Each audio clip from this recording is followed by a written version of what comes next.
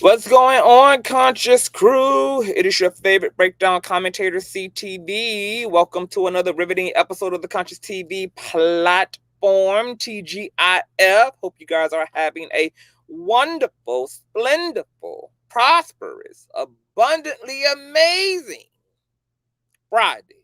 Okay? Because you get to pop that puff and cheat on that man God bless you with this weekend with your old nasty piece of sneaky link, baby. Okay? Ain't the devil not good?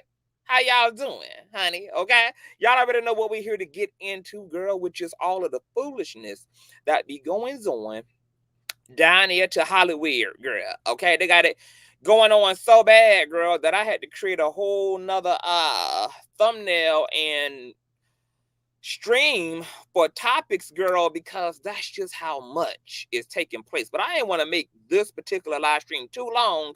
So, depending on how y'all feeling when we done, girl, we might roll over to another hot topics because it is a lot happening that I don't mind giving my 2 cents about. Okay? Now, before we get into what you guys see here in the title, I want you guys to go ahead and thumbs up this video. You guys know that thumbing up not only helps with YouTube's algorithm, but more importantly, it triggers up YouTube's notification system. So when you're thumbing up, you are literally digitally knocking on the door of another conscious crew member who has no idea that we are live and in motherfucking color. Okay? Also, shout out to all of the new subbies. Make sure that all of you guys have your notification bell set to all.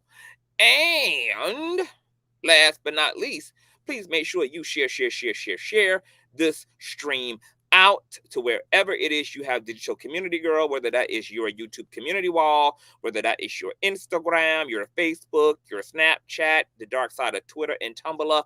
I don't give a damn where you lay the link, baby. Just let them whores know the real out live and in color. With no further ado, let's go ahead and push on through. Okay. I know a place where you can recharge your soul. Baby, that's Consciouztv. And in the midst of brokenness, he gon' see your asshole. Baby, that's Consciouztv. You gon' heal, you gon' laugh and catch a little shade. Ooh, girl. Y'all know he be slaying, y'all better stop playing. Come hear what he's saying. Ladies and gentlemen.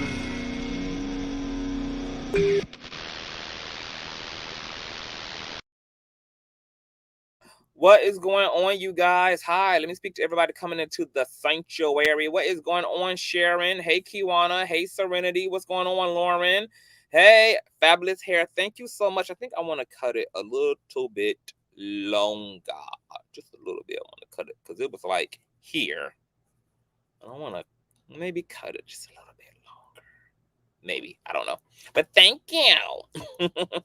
I don't know why I'm going through a color phase. I'm about to I got some more hair coming and I'm about to dye that like a slime or like a lime green. Never had lime green hair before, but I'm curious to know what lime green looks like on me. So we're gonna be getting into some lime green things. Okay, I told you I got hair videos and stuff coming up. So I'm creating that content accordingly, child. Okay. What's going on, Ashley? What's going on, Majori? Hi, Serenity. Hey, Viper. What's going on, Corey? Hey, Star. What's going on, Cynthia? We got both Cynthias in the building. We got Cynthia Tadima, and we got my old nasty piece of Cynthia, honey, right up out of the nurse's station, child. Cynthia Michelle. Hey, baby. What's going on, Nakia? Hey, I am Nicole. Hey, Bridget. Hi, the breakdown. Hey, I think I said Viper.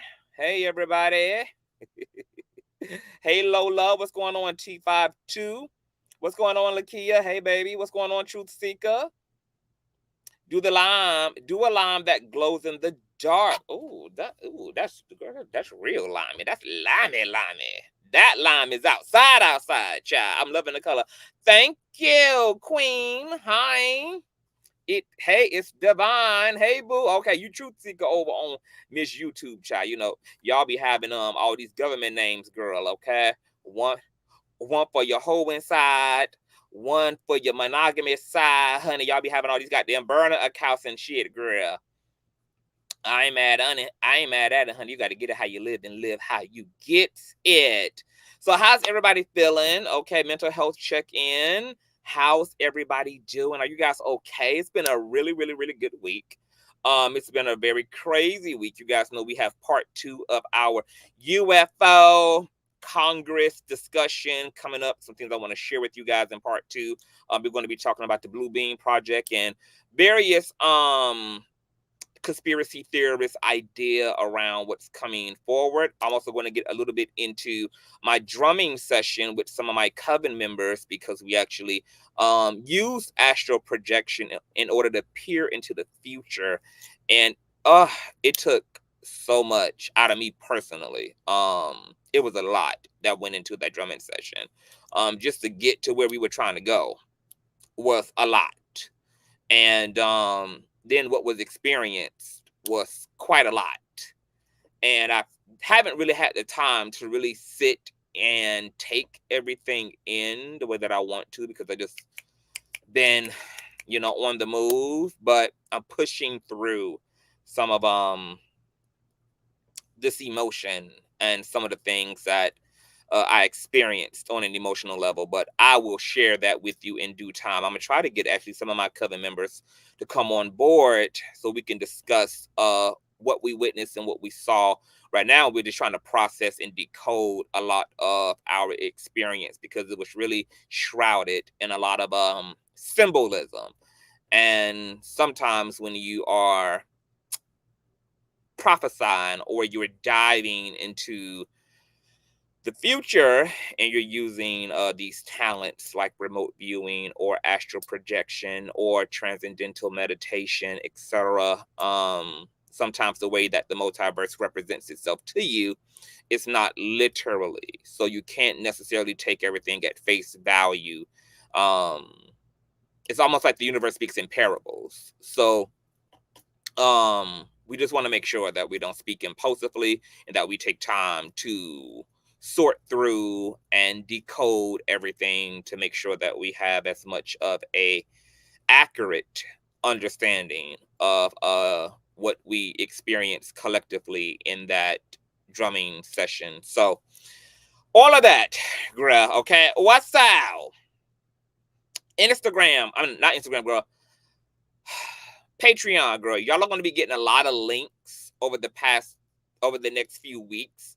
Patreon is not only going to be a place where I can have like pillow talk with my supporters about whatever needs to be pillow talked about, etc., or where exclusive content is being done, but it's also going to be a place where I can share out a lot of information, things that I want you guys to look at, things I want you guys to read, things I want you guys to be aware of, because a lot of that stuff will filter into the content on the main platform, and it also give you a great backstory and context regarding certain subject matter and topics that are going to be covered both in Patreon and on the main platform. Okay, so just be expecting that. A lot of y'all who've been asking me what type of books I read, what type of shit I be watching, etc. Patreon, you would get all of that information, etc. girl. Okay, so Patreon is going to be a mixed bag of secular content, just like the main platform, but it's also going to be one for deep thought and a place for information. Okay. Hey Majestic, what's going on? Hey Romanine, hey Boo, hey Lala, hi, hey Ty, what's going on Jamari? Hey Leah, hey Boo. Oh, also hey Shauna, hey Miss Lady J, hey Love, hey Authentically Erykah, hi, hey Coco. Also on stream, when I'm on StreamYard, you guys, for some reason StreamYard doesn't show me everybody's comments who are commenting in the live chat. It will appear if I have the YouTube app pulled up, but some of y'all comments do not actually process through StreamYard for whatever reason. So if you see me overlooking your name and I'm greeting folks, it's probably because I can't see your comments for some reason on StreamYard. And of course you're not blocked because once again, I can see the comment once the YouTube app is pulled up, but I can't see some of y'all when I'm using StreamYard as a FYI, so don't think I'm ignoring you. Also want to shout out my baby mother Corey for the old nasty piece of Cash App. Yeah. Hadami. We just giving time for folks to pile up in here, Gworl. Hadami. Shout out to my baby mother, Corey. Grab you a bite, honey. Baby mother treating me to a nasty piece of dinner, Gworl. That part. Thank you, love, and I'm gonna do just that. So had a good day. Friday been going great. Did a little bit of grocery shopping this morning. You guys know I'm on a plant-based diet, so it's interesting creating meals that don't involve meat. I didn't know how much eating meat makes it easier to figure out what you're going to eat. When you remove meat and you're creating full meals without it, it's a whole new ball game. So going grocery shopping is very interesting because something feels like it's missing, and I know what's missing. It's the ground beef, it's the turkey legs, it's the fish, it's the scrimp, it's the lobster, Gworl. Don't make me shed a tear, bitch. Okay, so all of that. However, I have been enjoying this plant-based diet. And I also want to say, the last time I talked about and mentioned a plant-based diet, there were some people who were like, girl, more glory and God be to you, because when I was on a plant-based diet, bitch, I ended up at the urgent care. Okay, I just want to say to those folk, if you are transitioning from meat to a plant-based diet, if you're going from meat-based to vegetarian, meat-based to veganism, etc., girl, for some people, you are going to go through a I don't feel well period, because getting off that meat and then also eating fresh vegetables, fruits, etc., and putting all these minerals and things, because plants also repurpose your digestive system, or they reset it. So you're going to go through a purge. If anybody has ever had acne and used what's the name of that acne cream that's really popular? It starts with a P. Not Prozac, girl. I don't know why I want to call it Prozac. What's the name of that acne cream that's real popular, girl? It used to be advertised all over the nation. Hey Ty. Hey Music Garden. What's the name? Is it Proactive? Yes. Thank you, Ashley. Proactive. A lot of people thought that Proactive, girl, required some damn a class action lawsuit, because when a lot of people started using Proactive, it was breaking them out. What a lot of people didn't know is that Proactive does that. Like, it pushes all of the remaining residual germs, bacteria, all the things that are at the root of blackheads and pimples up and out. So it breaks you out before it clears you up.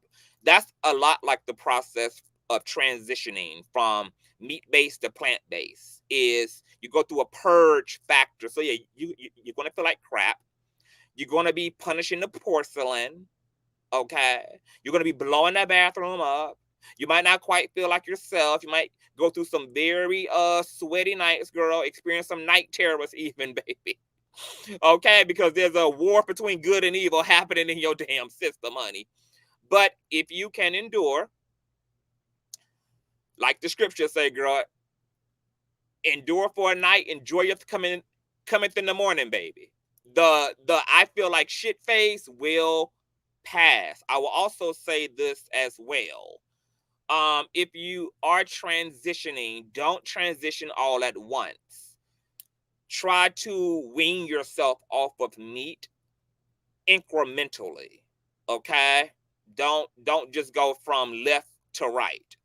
Just start slowly weaning yourself off. This will also help you to not have, Nightmares on Elm Street experience as it relates to transitioning. But there's no redeeming factor to a meat-based diet, period. And you increase your odds of cancer, you increase your odds of everything by 50 to 100%. And I'm talking about just one serving of processed ham, of eggs, are equivalent to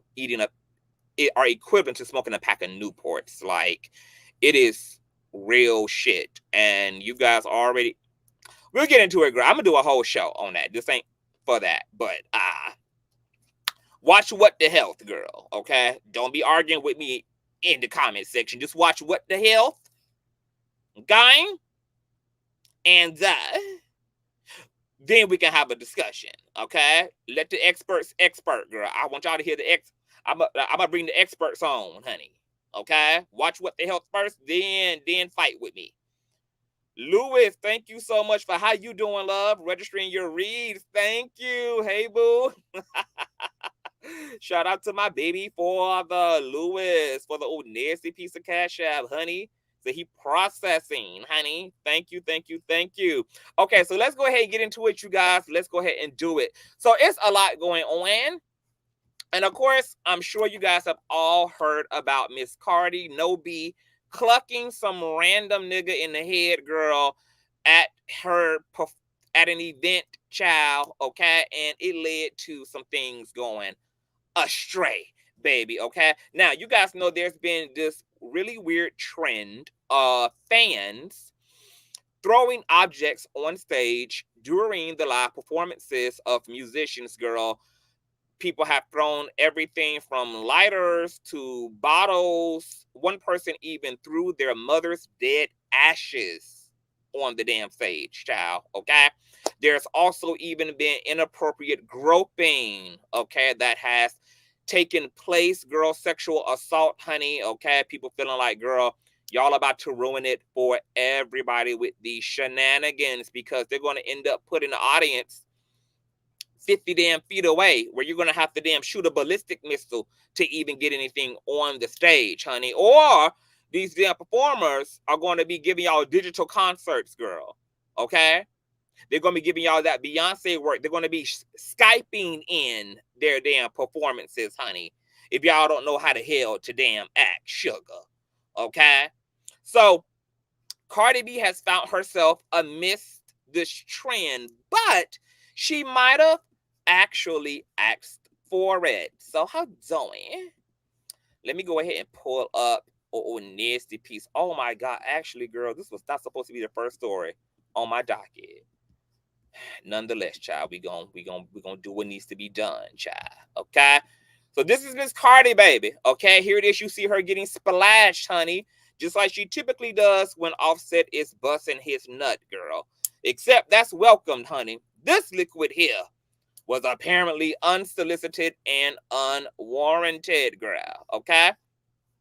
Now, actually, let me blow this back up and pull up my own nasty piece of Artica, child. Okay? According to songwriter.com, Cardi B hit with battery allegations after launching a water bottle at a fan. The past weekend, Cardi B hit up Las Vegas for a few shows, fresh off the release of her new joint single, Jealousy, with her husband Offset on Friday. Shortly after her midday set on Dre's Beach Club in Vegas on Saturday, though a clip from her performance went viral due to a face-off she had with someone in the crowd while performing her 2017 hit Bodak Yellow, which was certified diamond by RIAA on March 2021. An attendee flung a cup of water at her, dousing her fluorescent orange dress. Immediately after, Cardi locked eyes with the culprit, firing her microphone in the direction of the lady and hitting her, subsequently barking complaints at her as well. Watch the video of Cardi's microphone throw below. I guess we'll show it, child. Okay, hold on. Let me put this on mute, Greer. Put this on this piece of mute, Greer. Let me show y'all the douse, honey. Let me show y'all what Cardi B be looking like when her and Offset be doing the nasty, child. All right, here we go, honey.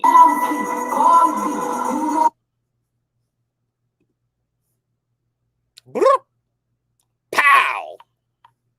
Okay, y'all saw that? Bing! Y'all saw that? What? Y'all see that, girl? Y'all hear that, girl?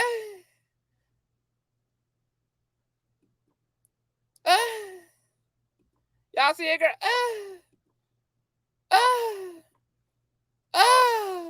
That's how my man be looking too, girl. You know, when we at the end, girl, you know, and I be giving him that damsel in distress look. Okay. Not really. Okay.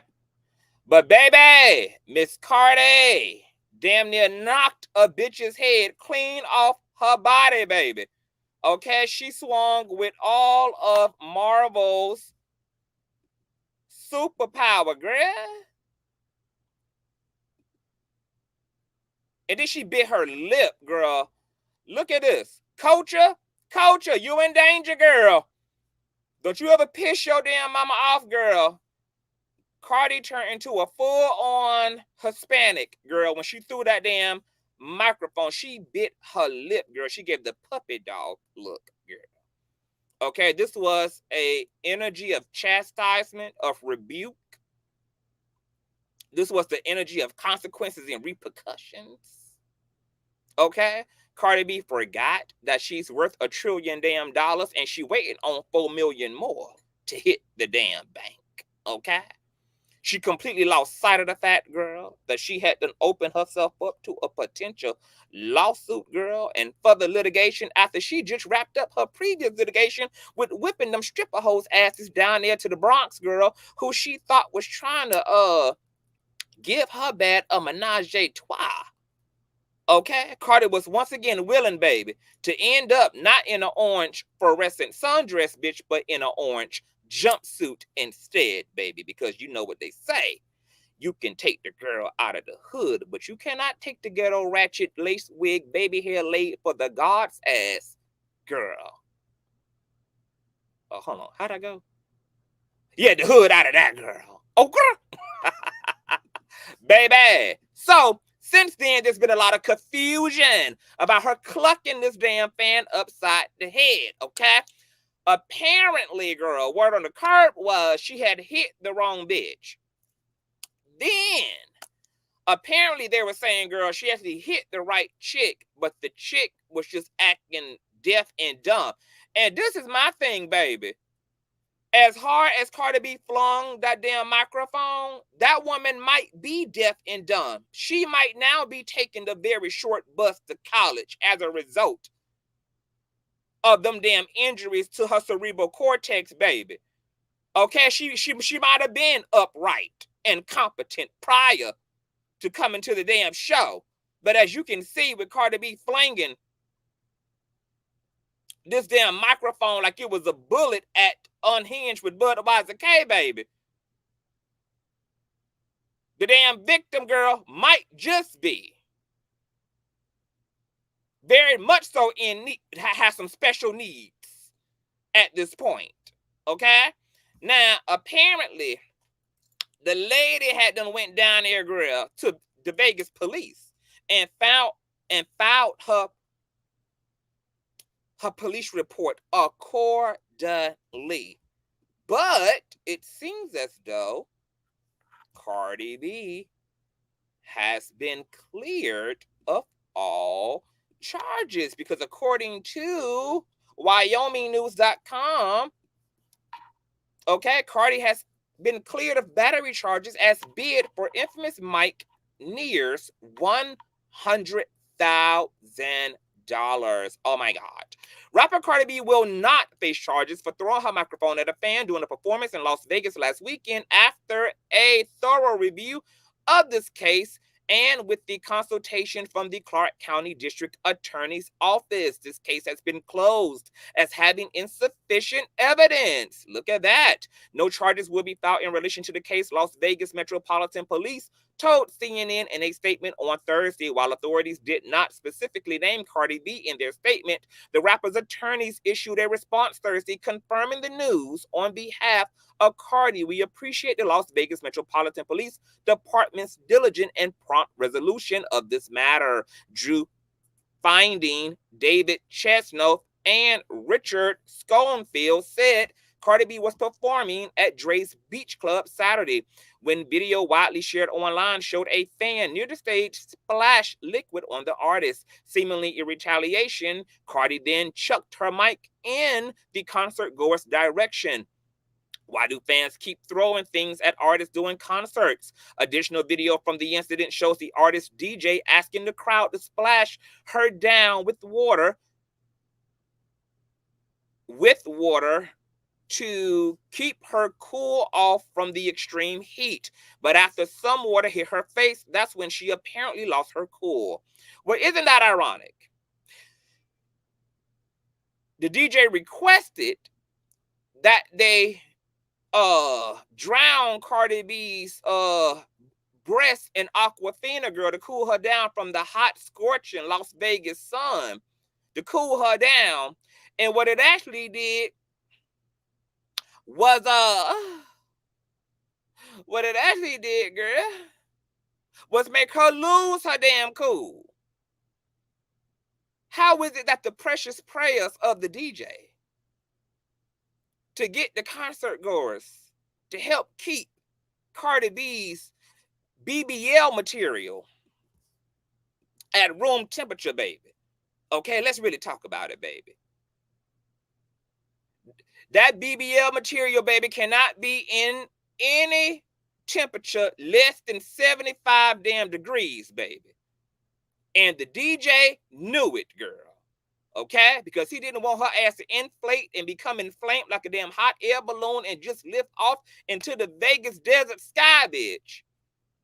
And him thinking that he was in good graces, girl, doing the work of the Lord, requesting everybody to just give her a little douse, girl. Feed her a little bit, baby. She done fucked around and damn near fatally injured somebody for following through with her damn DJ's request. Now, what's interesting about this drama concerning Cardi B is that what a lot of y'all don't know is that Cardi B, the night before, had just slung the same microphone at her DJ instead, after he requested, once again, the concert goers to give her that Aquafina or to give her that Captain motherfucking Crunch, bitch. Okay? So this was actually the second day in a row that she had done weaponized the microphone, baby. Okay? And either giving the employee or giving the goddamn consumer something that they could really feel, which is a damn Barty knot upside their damn head, baby. Okay? So, what's going on here? Why the DJ keep on requesting something that's getting his ass whooped? Okay, that's putting him in a predicament, child. Okay? To have to file domestic violence charges against Cardi B, baby. He know, baby, that for some reason, girl, I don't know whether it got to be special water that got to land on the BBL, girl, but there's clearly a disconnect between her and the DJ. So I'm thinking what we see in here, y'all, might be the result of BBL rage. That's what I like to call it, baby. Okay? BBL rage, girl, is real. It's equivalent to road rage, girl. Okay? It's an unconstituted feeling that comes over oneself. An irrational, unconstituted feeling. When one feels that they are facing imminent danger of any kind, it's escalated as a result of undisclosed and undiagnosed factors. In this case, it would be all the goddamn helium air and all the goddamn tricycle parts that Cardi B is made out of, baby, that become disrupted. And maybe it's poor water. You know, this is expensive BBLing. So is it poor people's water that the BBL material had an adverse reaction to, bitch?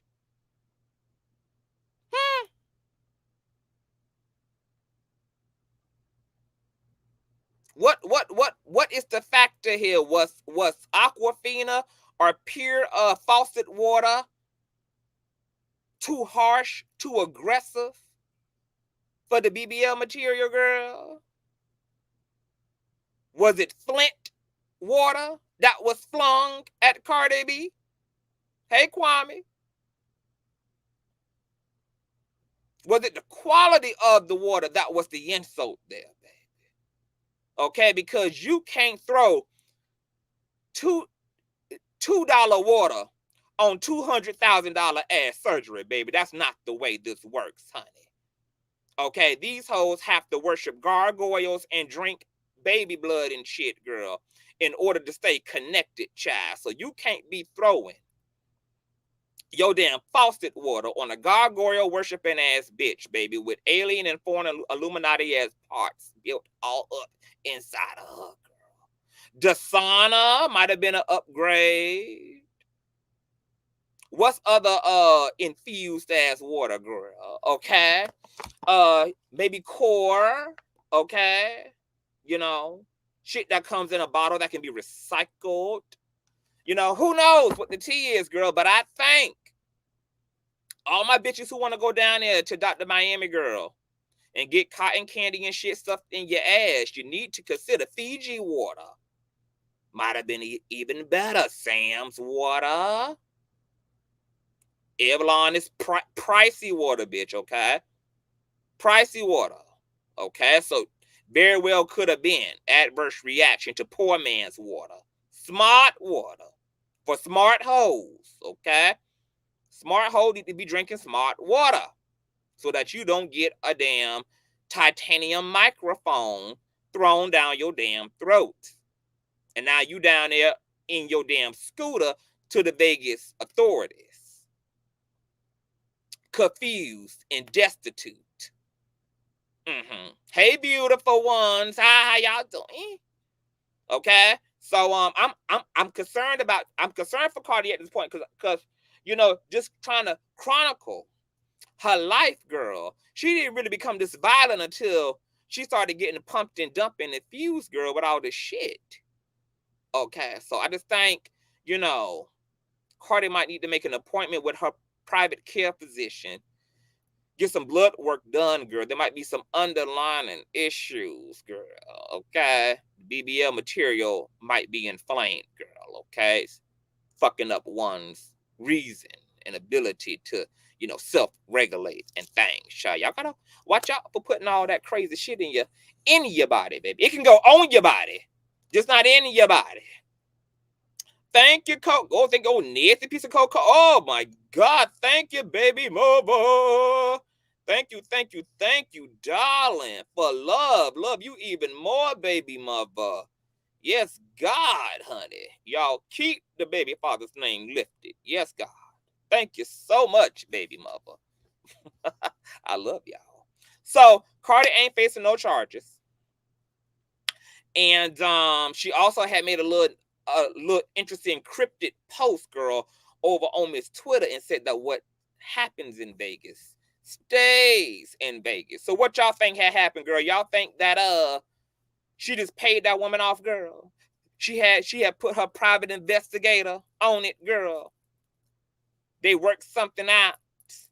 Honey, signed an old nasty piece of NDA. Gave her $1,000 and a free Cardi B ticket for 2, girl, and carried on. What y'all think had done happened? And the microphone is being auctioned off, girl. You got to love capitalism, bitch. Okay? Oh, do y'all think she done killed the woman off, girl? Do y'all think somebody asked? That's a good question, girl. Cardi B has damn near unalive hoes for less. We might need to put out some GPS Apple tag on this victim, girl. Make sure she's still pooching through and fro the earth, honey. Is the woman still womaning, honey? Okay, we got questions, Cardi. Okay, but she lived to see another day, baby. All right, so shout out to Cardi, baby. Cardi, let me tell you something. I know that Cardi be worshiping Catholicism and shit, bitch, because her ass know how to wrap these damn charges up, girl. Okay, the fact that she had done been on her bully shit and her ratchet shit while she was already on probation and still successfully concluded that whole stint with them stripper hoes, girl. Then when that man tried to sue her over using his tattoo in her cover art for her mixtape, girl, and she got by with the hair on her chin.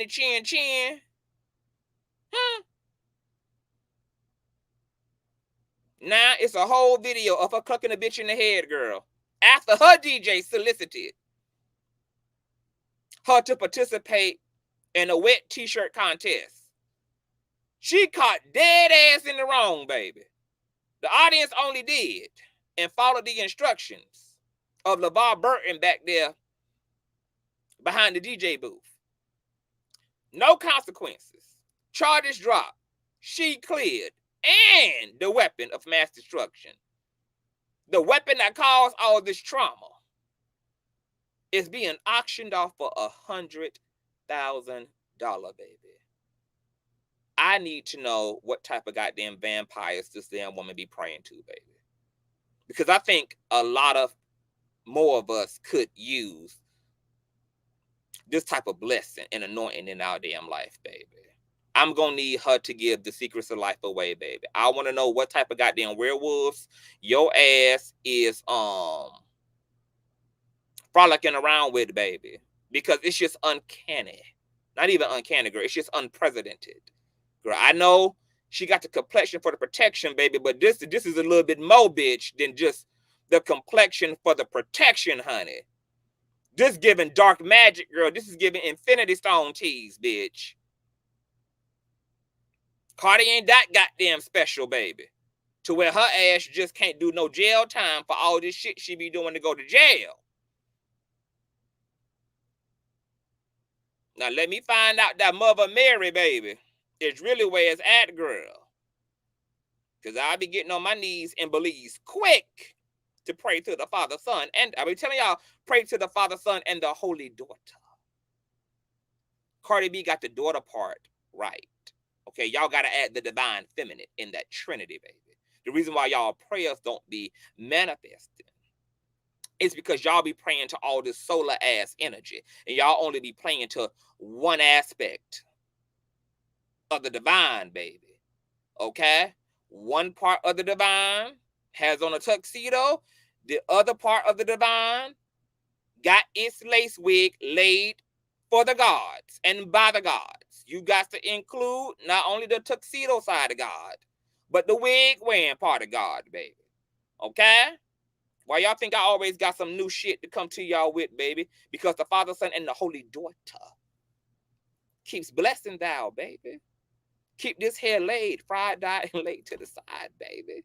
You got to include that femininity, baby. You got to include that divine spark, baby. You can't just speak pray into one half of the damn multiverse. You can't pray and acknowledge, girl, one half of damn creation, baby. That man will finally start cheating and get his shit together. See, Cardi done, you know what? That's another story for another day, girl. Let's just move it along.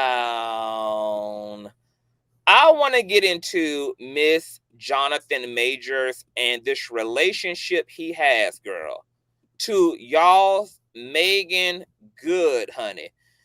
You guys know that Jonathan Majors allegedly beat the hell out of some mayonnaise hoe in the back of a damn Uber, girl, and fled for his damn life as a result of her trying to figure out who the hell he was 411ing in the back of the car, baby. Okay, this mayonnaise woman had lost her damn mind. She could feel the vibration. She could feel the feminine energy on the way he was texting in that damn phone. She knows the way that a man behaves, girl, when he is focused on the energy of lustivity. Okay? So she knew Jonathan Majors wasn't texting a business partner or texting his mama or texting his agent. She knew that texting. She knew the movement and the velocity of the way those fingers hit the keyboard, bitch, on the iPhone was connected to lustivities and a feminine force, baby. Okay? This white woman was up on game. Okay? And she lost her damn mind. As a result, Jonathan Majors had to abort mission, girl, escape through the rooftop of the damn limousine, baby. Okay? He had to stay in a hotel for the night while this woman went the rest of her night trying to party off the drama, trying to drink away the pain and the trauma, girl, only for Jonathan Majors to find her ass laid out with her skirt up to her head and her pussy hairs pointing to heaven in his walk-in closet, girl, the next morning.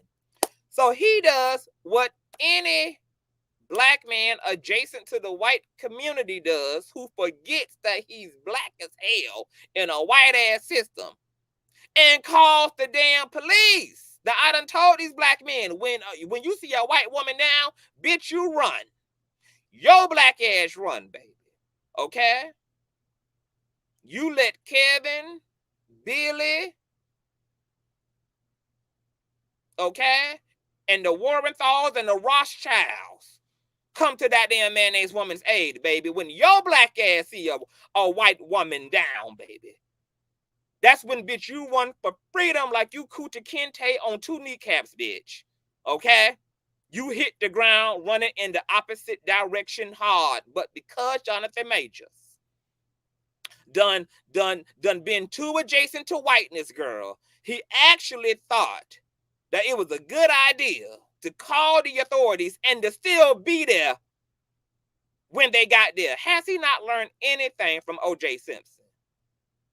Has Jonathan Majors not learned it? O.J. Simpson, girl, he sold and told the game for free. He took not one play out of O.J.'s book. Nonetheless, as history would bear it out, he calls the police and the ambulance and the firefighters for her. Guess who in the hell ends up being the one tended to and questioned and inspected and investigated and ultimately being driven away off in the back of a paddy wagon? That's right. Jonathan, no goddamn Majors. We should just start calling his ass Jonathan Minors, okay? Because the only thing he majored in was stupidity at this point in life. He almost had it.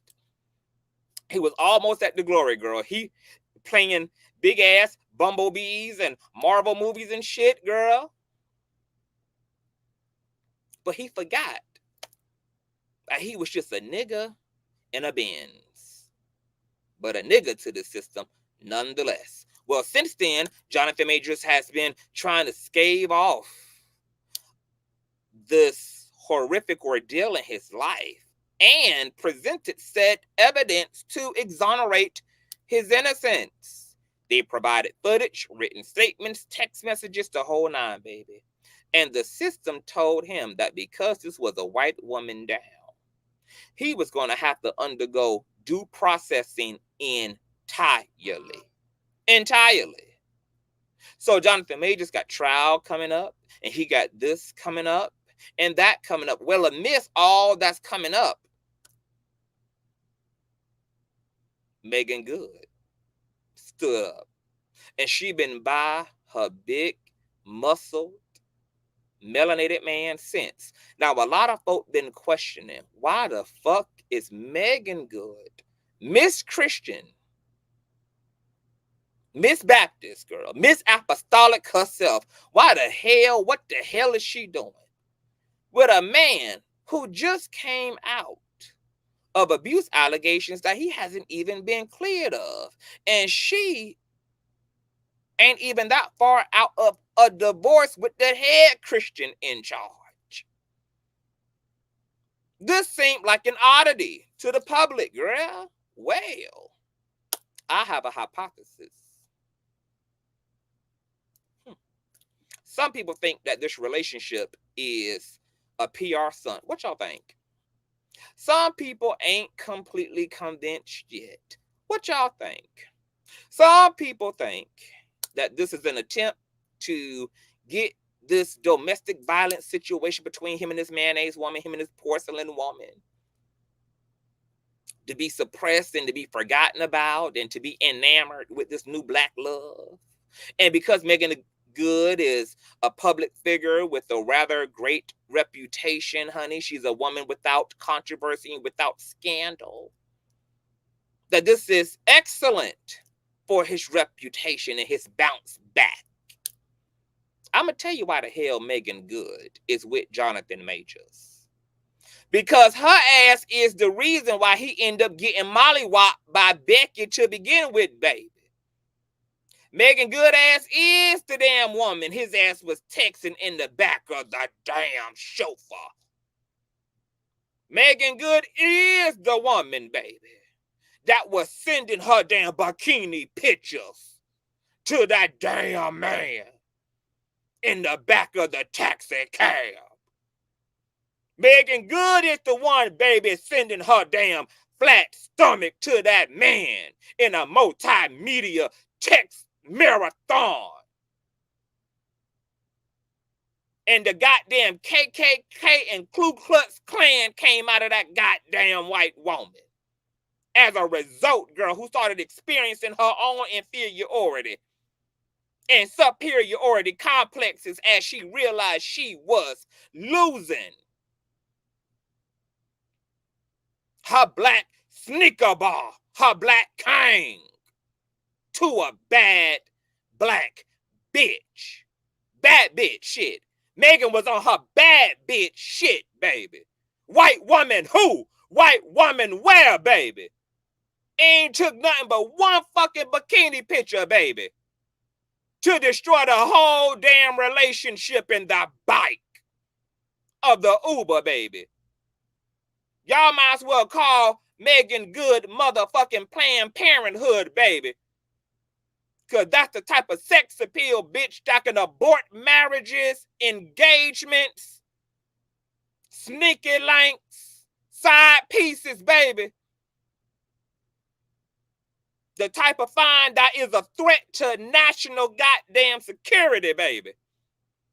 So Megan ain't have no choice but to give that man at least 6 damn months of her time after she done fucked around and had him damn near blow his damn whole career over, fucking around with her. That's the least she could do is be hand in hand, arm in arm, elbow in elbow with this man, coming to court with him when she know she is single-handedly the damn reason.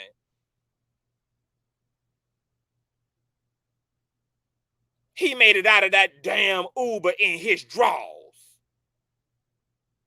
So while y'all trying to figure out what the hell Megan is doing, Megan trying to motherfucking avoid busting hell wide open by atoning for her damn sins, baby. Okay, because she was already on demon time, baby, prior, bitch. But now, bitch, she really fucked up the church's money. So this her atoning, baby. This is her sympathy and her empathy, baby. This is her compassion, honey. This is her self-correcting, baby. She ain't got no damn choice but to walk hand in hand with that damn...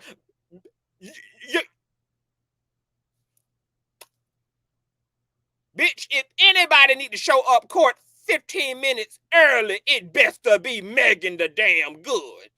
After you done did all this damn bad. I'm the damn reason, you the damn reason I'm getting canceled, baby. So she got to put that good in good. And Jonathan Majors gonna make her ass work it off. Work it the hell damn off, baby. And I can't believe y'all ain't see it. How y'all ain't know that? What's going on, Divine? How y'all ain't know that? Hey, Auntie Trisha. What's... Huh? Why else would Megan Good be there, girl? Why in the hell would Megan all of a sudden just pop up with a man we ain't see her with until after his controversy, and she's so damn invested in 10 toes down that she's showing up to court cases with what looks to be to us a man she just met, because she ain't just met the nigga, that's why. She been slowly creeping up on that thing, baby.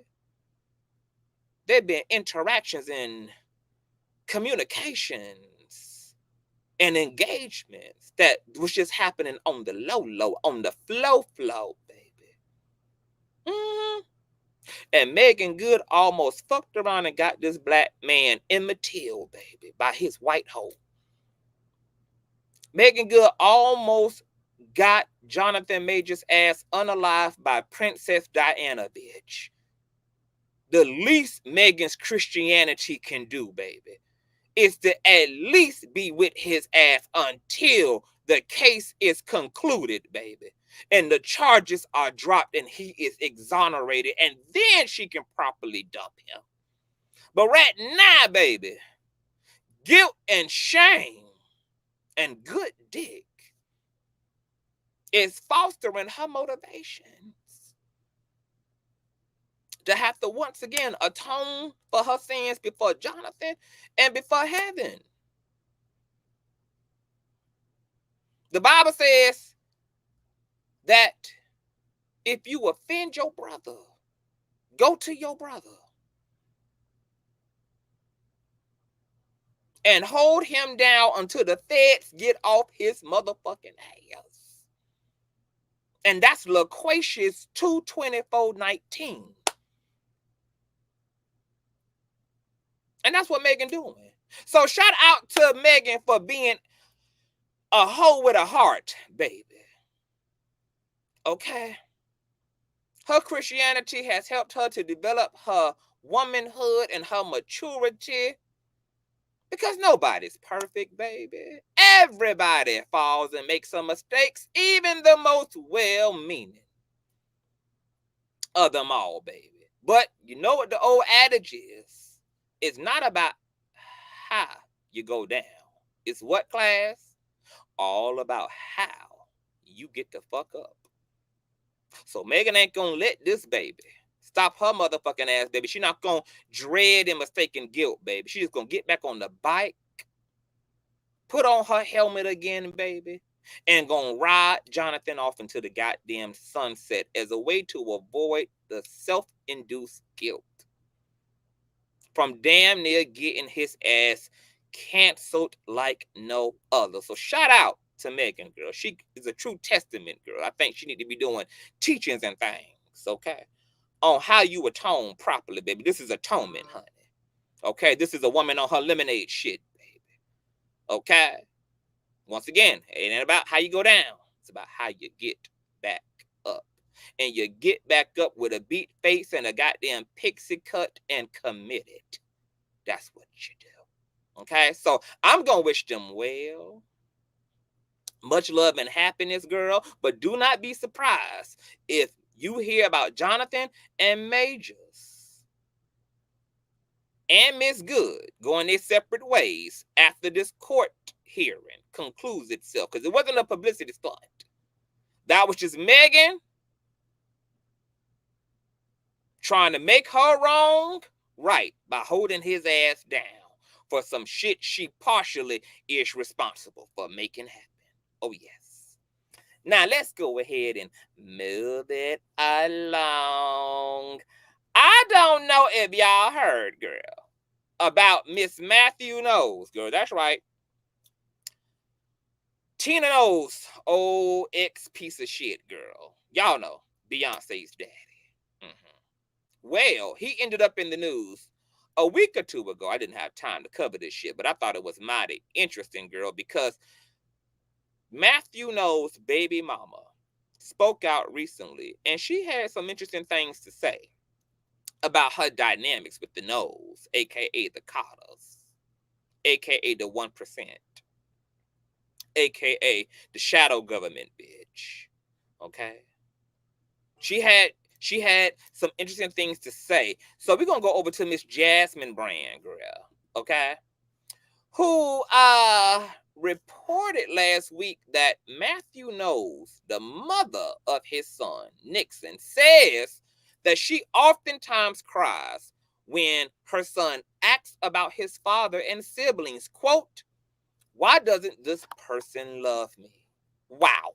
Okay? The mother of Matthew Knowles' estranged son is speaking out, according to the Jasmine Brand. In a recent interview, business professional Alexandra Wright, who gave birth to the music producer's son during his marriage to Tina Knowles Lawson, opened up about her son's relationship with his father.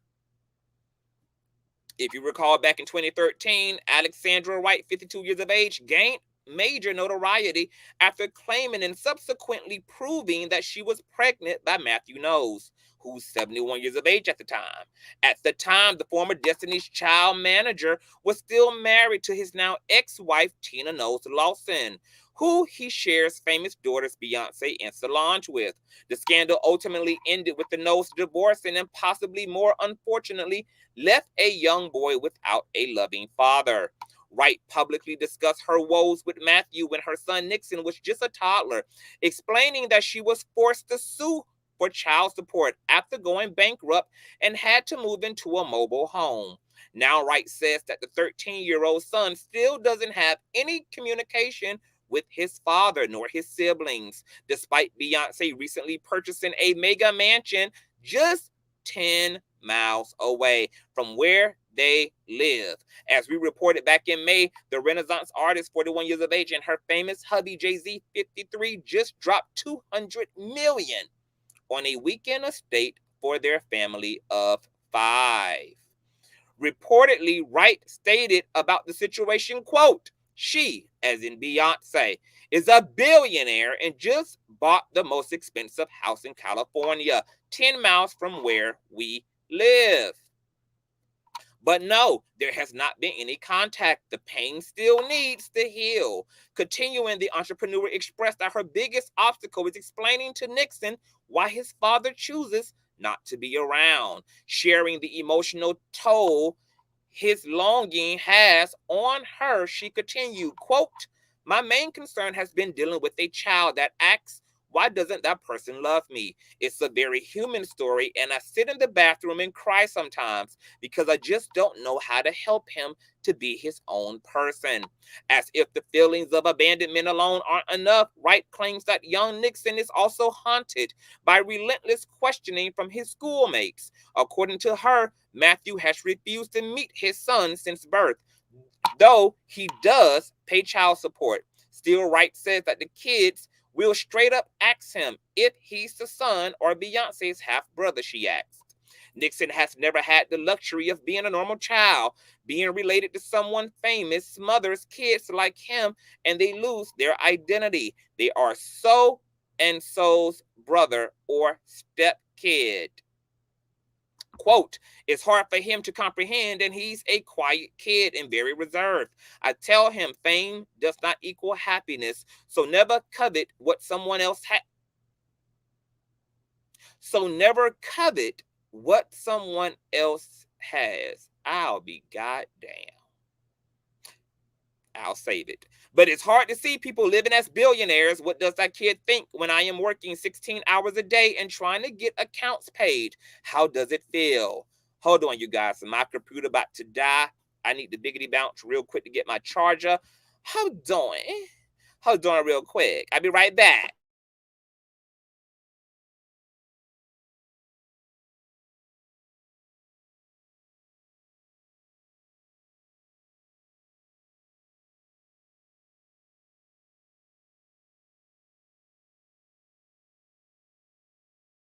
Girl, I am fucking shooketh right now, girl. I know damn well she not back at the goddamn trailer home teaching that boy not to covet what somebody else has. Woo cha! It be the deliriousness for me. All right, girl, let's get back to action. Girl. But it's hard to see people living as billionaires. What does the kid think when I am working 16 hours and trying to get accounts paid? How does it feel? It seems Wright still does have some hope despite all the wrong done to her and her child. Elsewhere in the interview, the CEO stated that she believes conversations around the hurt that comes from humanness will be more prevalent in future generations due to the rise of social media. The single mother also remains adamant that she wants nothing more from the Knowles family other than to fill the void in her son's life. She reportedly concluded the interview with, quote, "I think Beyonce is a lovely person and she has never done anything to harm me. I don't want anything from them. I just want my son to be free and to have a happy life." Concluded. Oh, baby. Miss Wright, If you wanted your son to have a happy life, you wouldn't have manifested him by hooking and hoeing around with a 71-year-old ass man on Prozac because it was a lick and a money grab opportunity. Okay? First and foremost, Beyonce don't owe you a motherfucking thing for you participating in fucking up and bringing humiliation to her mother and her nuclear family. Okay? And that's probably why she spitefully moved just 10 miles down the way from your ass so that you could see her pushing through in her $10 trillion UFO back and forth the boulevard, baby, and sit over there and eat your goddamn oodles and noodles and drink your Fanta soda on the side crying. To be a reminder of your fuck shit. Okay? Now, we know that it takes two to tangle, baby. So, Mr. Knowles is just as out of motherfucking order, ashy, and raggedy as Miss Wright is. But Miss Wright, the problem with some of these sound bites and your talking points in this interview is not at one point, bitch, not the 5-minute mark, not the 4.5-minute mark, not the 10-minute mark. Did you ever put a spotlight on the diabolical troubles you allowed your coochie to put you in? Not one time did you address the diabolical thirst in you that led you to laying down with a 71-year-old man who was putting his phallus in you in doggy style because you thought it was going to be a way to put that dash in between Wright and Carter, baby. You thought you was about to be Alexandra Wright Carter. Now you Alexandra Wright down there to the welfare office. Now you Alexandra Wright down there to the WIC office, baby. All because the thirst in you that couldn't be quenched with prayer through working out your soul salvation in the name of Jesus. And a little 4-day fast that would have cleared all that lustivity and horrorism up in you. All of that harlot energy could have been cleared up, baby, with a cigarette and a 4-day fast. And rather than you giving your goddamn Las Vegas coochie 4 days to cool off, baby, and to just leave it alone, what you decided to do is think that the Lord was going to bless you in your mess. So what you did, got on your back in Iraq, baby, and you let Matthew Knowles rummage, plummet, and plow all up and through your bujana, baby. And then what you gave birth to was regret. And while you really sitting up in that goddamn bathroom,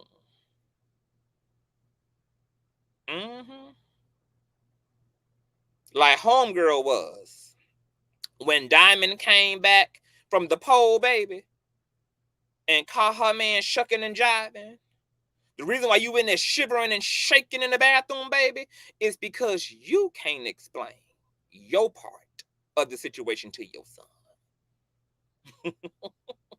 Why you be shivering and shaking, baby, is because he was 2 one day, he 13 now, and one day he gonna be 18. And his questions ain't gonna be about Matthews. His question is gonna be to you. And it's gonna sound like, bitch, what was the plan exactly? What exactly, mama, did you think was gonna motherfucking happen when you decided to fuck one of the wealthiest, most gargoyle worshiping, most African spirituality practicing, most exclusive Black families on the planet. Did you really think, baby? Did you really think, mama, that Matthew Knowles was just going to open his arms the way you opened your legs to an outside child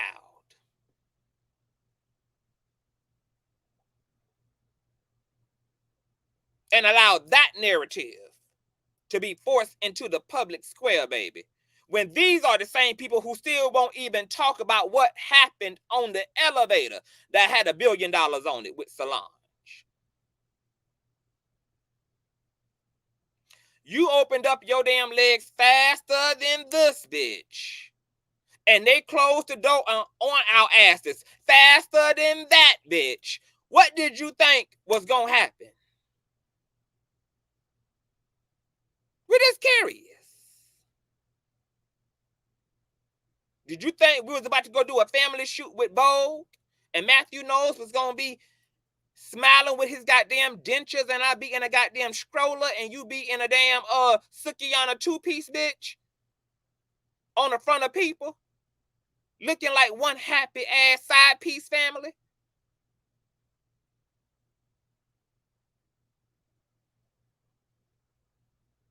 Now I got to deal with looking at my auntie's house right from the backyard window of the goddamn one-bedroom trailer home that we in, all because of you.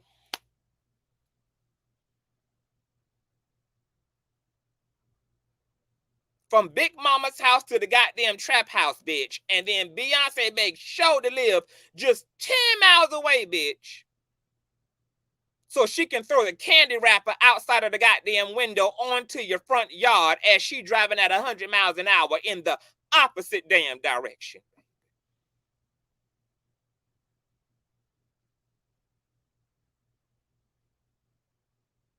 Oh, yes, Miss Mama, it's going to get worse.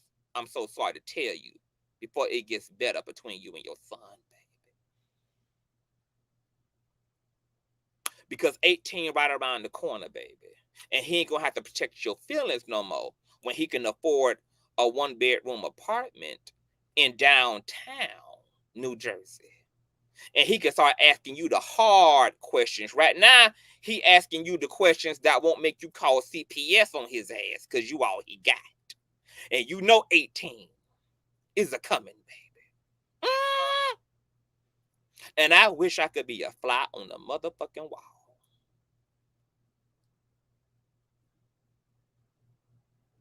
Because the only thing that's going to be on the front of that custom-made 18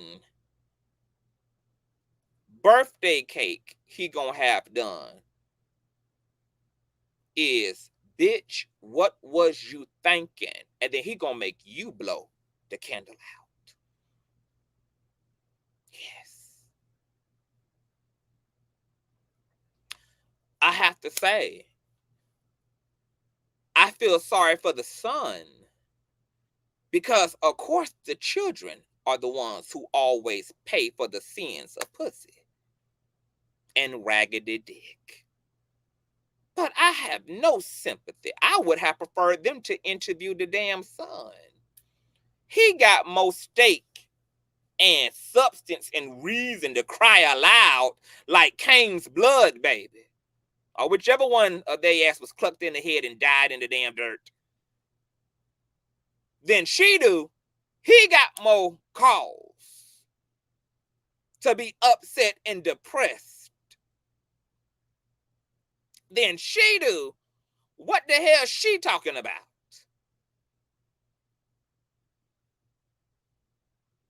I wish that there wasn't a child who got to be in between all of this filth and sin. But there is. And unfortunately, with Beyonce becoming a part of the Yoruba and her ass now walking around barefoot and shit, trying to be a black woman, in certain parts of Africa, baby, the way that the nose is handling the out of wedlock child is a lot like the way they sometimes handle the out of wedlock child in certain tribes in Africa, which is leave it alone. Mm-hmm. If a child was birthed improperly, baby, they threw your motherfucking ass to the jungles. That's exactly what the Carters did, bitch. There was no redemption in infidelity. There was no redemption in integrating the wrong of the family into the nuclear, into the whole. You distance yourself from that. You cut off and edited the parts that was incongruent with the legacy of your melanin. So y'all really done fucked up now, because if Beyonce and them was still American, she might have been playing auntie right now. Oh, baby, but she African, bitch. And African people don't motherfucking play Nixon. So unfortunately, baby, you about to take a LL, baby. Mm-hmm. Because if there's one thing that's more stubborn than Lil' Kim's facial surgery, girl, it is an African-minded motherfucker, baby. You done. So I hope he gets to process all this shit quick, swift, and in a motherfucking hurry. Because, baby, it don't get no better. There will be no progress. There will be no intervention, girl. There will be no change in the situation, girl. It's almost, he might as well consider his mama Mary and practically think of himself as the manifestation of an immaculate conception, baby. Because them motherfucking niggas are African now, baby. It's done. It's over, baby. Okay? Immaculate conception, girl. The Holy Spirit came and impregnated your mama Nixon. Okay? God is your daddy, baby. Okay? So y'all pray, girl. Pray for Miss Nixon, girl. And pray he don't pull out the AK-47 and put a goddamn hollow tip in his mammy when he turned 18, girl, and he is able to ask some hard questions, baby, because it's gonna be on in that damn mobile home, honey. Okay? Up in flames it shall be. Now, in speaking about Beyonce, girl, y'all know that Beyonce has a way of dealing with controversy, girl. Okay, she moves like a damn cat, bitch. Okay, almost seamless. It's a little bit too seamless. That's how I know her ass worshiping the devil. Okay, it's a little bit too perfect, girl. Okay, she has a way of always just, she know what be going on, girl. Okay, so the girls done pulled clips amid the Lizzo controversy, which we about to get into next, and the Erykah Badu shade, okay, of Beyonce practically skipping over and remixing Lizzo and Erykah Badu's name in the song that she has featured on her Renaissance album, where she tributes and shouts out Lizzo and Miss Erykah Badu. Okay? Now, this is going on. This is going viral at this point, girl, that Beyonce not fooling up with Miss Erykah, because Miss Erykah allegedly got into the algorithm talking about somebody stole her goddamn top hat aesthetic for their own career and concert agendas, okay? That Beyonce just snatched her whole wardrobe, girl, and repurposed it. Now, a lot of people don't know how to feel about that, because y'all know Beyonce done had trouble with the girls ever since this Renaissance album, girl. Y'all know her and Khalees were at odds because Khalees felt like Beyonce should have caught her personally in order to sample Milkshake, okay? But Khalees don't own the rights to Milkshake, so Beyonce went through Pharrell, okay? Only Khalees got enough time to answer the phone, bitch. All Beyonce got time to do is get to work, ho. Okay? These two different type of motherfuckers, okay? But, of course, Khalees couldn't read the room, baby, because Khalees think that everybody is sitting on their ass like her, baby. Okay? She got time. Beyonce got time for his work. Okay, so she went straight down the middle, baby, to the gatekeeper of Milkshake and got permission to make it do what it do. Thank you, Britty. However, because Miss Khalees was so pressed that she was not, in fact, bossy, that she not the reason there's an 808 on the track, baby. Beyonce just went on ahead and raptured the goddamn track off her album because it wasn't like it was the biggest and baddest goddamn song on the Renaissance track list to begin with, baby. So she controlled out and deleted that whole off her shit and all her likeness and moved on swiftly and very much so professionally. Now, apparently, Miss Erykah Badu done got in her feelings, girl.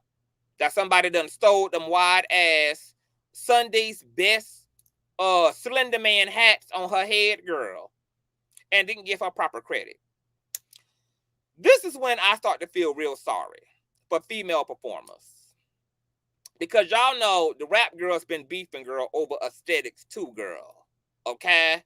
Y'all know Ice Spice was called out for stealing her little mini skirts and shit from, I think, Asian Doll.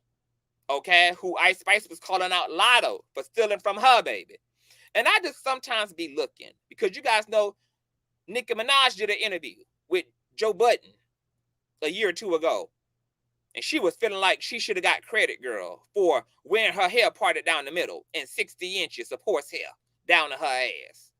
And I just be like, girl, the shit that women fight over amongst each other shows me just how much of a perception of lack there is in the world for women. That women experience inside of themselves and perceive so much lack in the room, girl, that they got to fight over who owns pink, who wore their hair down the middle first, who wore a hoochie skirt first, bitch, and be going straight to, I'm talking about Middle Eastern wars, girl, started over who looked more hoish first, bitch. And now these motherfuckers fighting over hats and who did it first. Now y'all know Beyonce became a black woman during her Lemonade era, so she been wearing these goddamn Slender Man hats since 2016, girl. But Miss Erykah Badu somehow has come under the belief that she's the only woman in the world, the only black woman in the world, girl, who enjoys a Kim Burrell hat on her damn head. She thinks she's the only black woman who enjoys looking like she's out of the damn Color Purple era, girl. Okay? She thinks she's the only damn woman in the world, girl, who is attracted to what is essentially a damn UFO on your motherfucking head, ho. A flying whole goddamn spaceship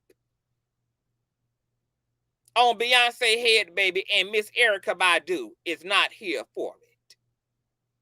Now, last time I checked, Beyonce is the one, right, giving Erykah Badu credit.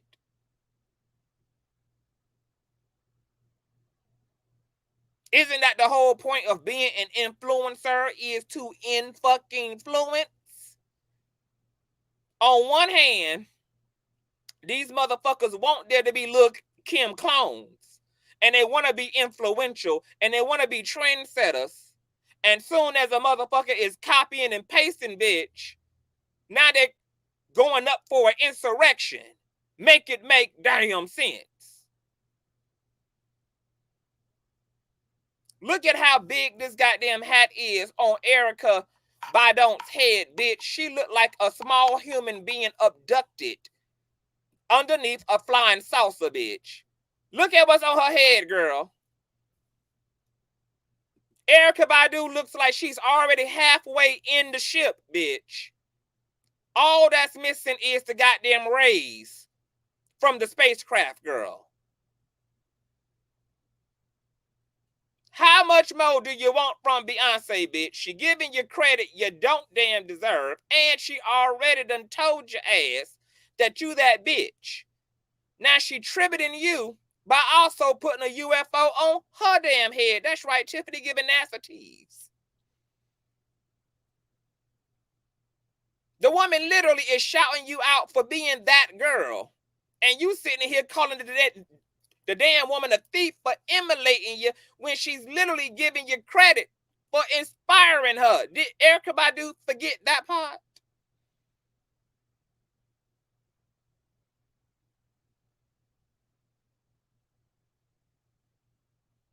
Did she forget that part? Does Erykah Badu have nothing else to do, baby? Ain't you got some damn kittens to boil? Don't Azealia Banks need a damn haircut? Don't you got damn crystals to slide across your damn armpits? And then it's the emboldenedness of it all. Bitch, you know Beyonce practiced dark magic just like you, ho. So you know this could get real dark real quick on a magical level, bitch. You know that Beyonce pray to the same planetary ass bodies that you do, baby. You know Beyonce ass, baby, got a whole goddamn back room of voodoo dolls just like you, baby. You know that Beyonce can make what goes up come right on down, bitch. So why would you dare? Do y'all think that Erykah Badu got a secret death wish, bitch? Cause the last bitch who fucked with Beyonce was down there to the mental asylum talking about Beyonce was unaliving her cats and shit, bitch. Y'all remember the drummer who came out about Beyonce, girl, a few years ago? And claimed that Beyonce was working all type of Haitian voodoo on her ass, girl, and driving her out of her damn mind, baby. Hey, can somebody remind Erykah what happened to the last bitch? Because I think that Erykah think that her wand is a little longer than Beyonce. But I think that Erykah thinks that her broom is a little harder than Beyonce's, baby. Beyonce got a track record. Okay? Miss Erykah don't, girl. We ain't seen what her voodoo powers can do, baby. But the girl done testified to all the goddamn bodies that Miss Beyonce got underneath her, baby. All the goddamn sacrifices. All the adrenochrome.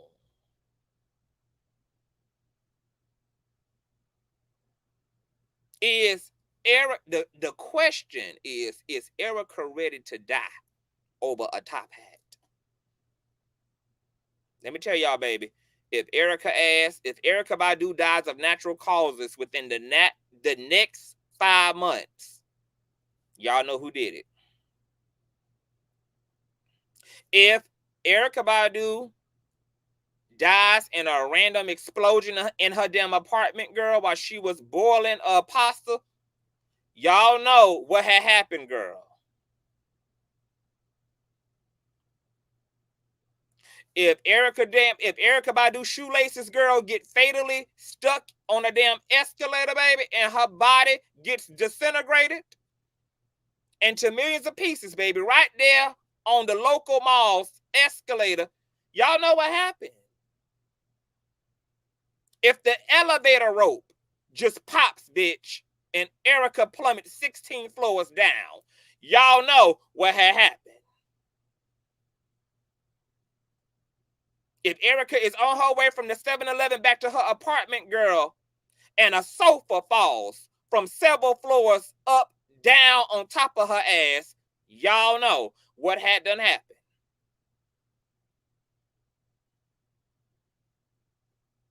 Y'all ass better be in Erykah damn DMs, girl, telling her to find the highest priestess in her area immediately, bitch. Because she might have just fucked around and put herself in a position to find the hell out.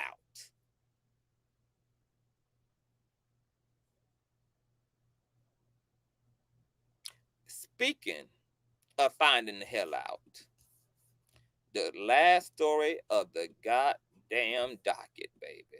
Okay? Speaking of diabolicalness, gatekeeping, girl, and wide bikes, in the words of Funky Dineva, baby, Miss Lizzo done got her ass sued, bitch. And if she had problem losing weight, baby, she might be 200 pounds lighter when these goddamn gigolo dances behind her ass get finished with her, baby. Okay? She might be on a fixed damn income, girl, when all is said and all is done, girl. I know y'all done heard about Miss Lizzo, girl. They reporting Miss Lizzo down there to the welfare, girl. Okay, girl, about to lose it all, honey. Okay? I know y'all done heard it, girl. Now, let me tell y'all, when I first heard this shit, girl, the first thing I thought was, ain't no way in hell. Ain't no way in hell. Because my only perception of Lizzo up until now has been BBW flute playing, happy-go-lucky, slightly gothic girl. Practically innocent. Because every time I see Lizzo, she's sparkly, she dancing, she doing aerobics in the form of choreography. So when I heard this extraordinary ass alternative narrative on Lizzo, baby, I was fucking shook. Because I literally listened to her last single. What's the name of that single she played? I mean, she performed on this year's VMAs. Is it Used to Be? Girl, it's the one where she's talking about her growing pains. And she's just figuring it all out and she's happy to be single, but not really, girl. So I was in a state of disbelief. But then it just kept getting worse. And it kept getting worse. And it kept getting worse. So let's talk about it, girl. Okay? Because according to, hold on, because we're going to listen to the interview and all, girl. Okay? Oh, yes, we is. Hold on. Let me knock down all these tabs. And while y'all in the building, honey, give me nasty thumbs up, honey, until it is stop. Hold on. Girl, my stomach is growling like a motherfucker, girl. All right, girl. According to New York Times, let's get into this, girl. Former tour dancers accuse Lizzo of harassment and hostile work environment in lawsuit. In a lawsuit filed Tuesday, 3 dancers claimed that touring with the Grammy-winning meant working in an overtly sexual atmosphere that subjected them to harassment. Okay, and Lizzo has responded to this lawsuit. We're going to get into that too. 3 of Lizzo's former dancers filed a lawsuit against her on Tuesday in LA Superior Court, accusing the Grammy-winning singer and the captain of her dance team of creating a hostile work environment while performing concerts on her special tour this year. The lawsuit, a copy of which provided to the New York Times by the plaintiff's law firm, said that the dancers had been exposed to overtly sexual atmosphere that permeated their workspace, which included outings where nudity and sexuality were a focal point, it said. The suit was first reported by NBC. The defendants include Lizzo using her full name, Melissa Jefferson, instead of her stage name, her production company, Big Girl Big Touring Inc., and Shirlene Quigley, the tour's dance captain. It does not specify whether the singer was aware of the plaintiff's allegations linked to Ms. Quigley.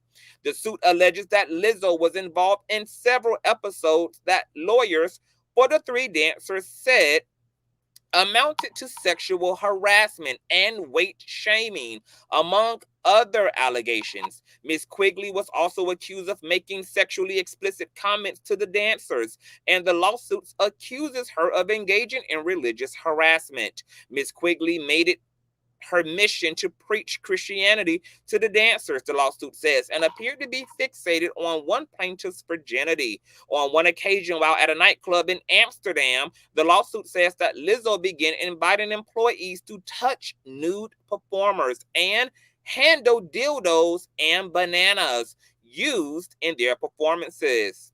We're going to get a little bit more into that too. Out of fear of retaliation, a dancer eventually acquiesced to touching the breast of a nude female performer, despite repeatedly expressing no interest in doing so, the suit says. Representatives for Lizzo and her production company did not immediately respond to requests for comment on Tuesday. Two of the plaintiffs, Ariana Davis and Crystal Williams, began performing with Lizzo after competing on her reality television show on Amazon Prime, Watch Out for the Big Girls, in 2021. The show was an opportunity to give plus-size dancers representation, Lizzo said at the time.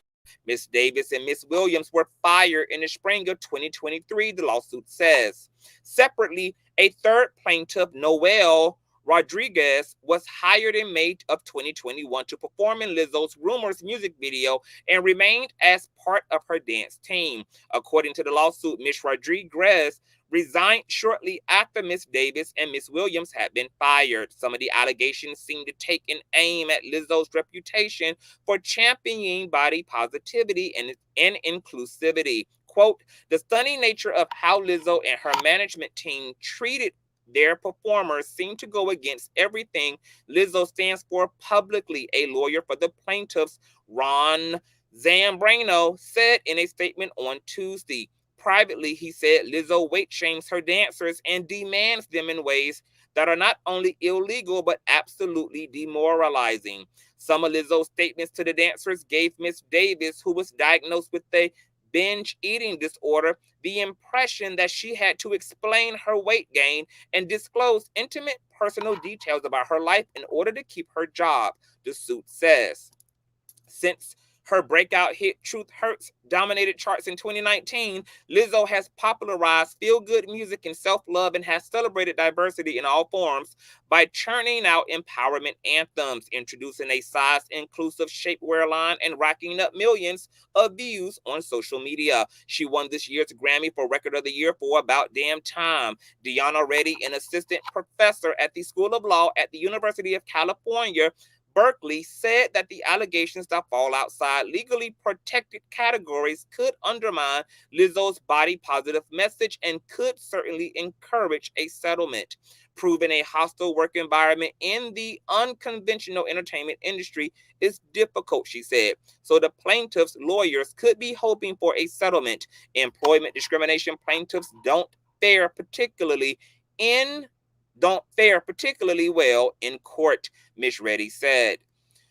Woo child. So Lizzo girl and her dance captain team was fat shaming the big bitches, girl, was making them touch nude dancers. There was even one incident, girl, where one of the dancers claimed that Lizzo made them suck on a dildo that was inserted and then pulled out of another woman's vagina. Okay?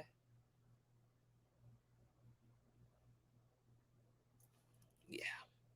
So, girl, the dancers have went on strike, and they recently did an interview with TMZ, which we want to take a listen to, girl. So, if my boo Ty is in the chat, girl, I need an old nasty piece of disclaimer. We're going to listen to this interview, girl. Matter of fact, do I have a picture? Hold on. I don't have a picture.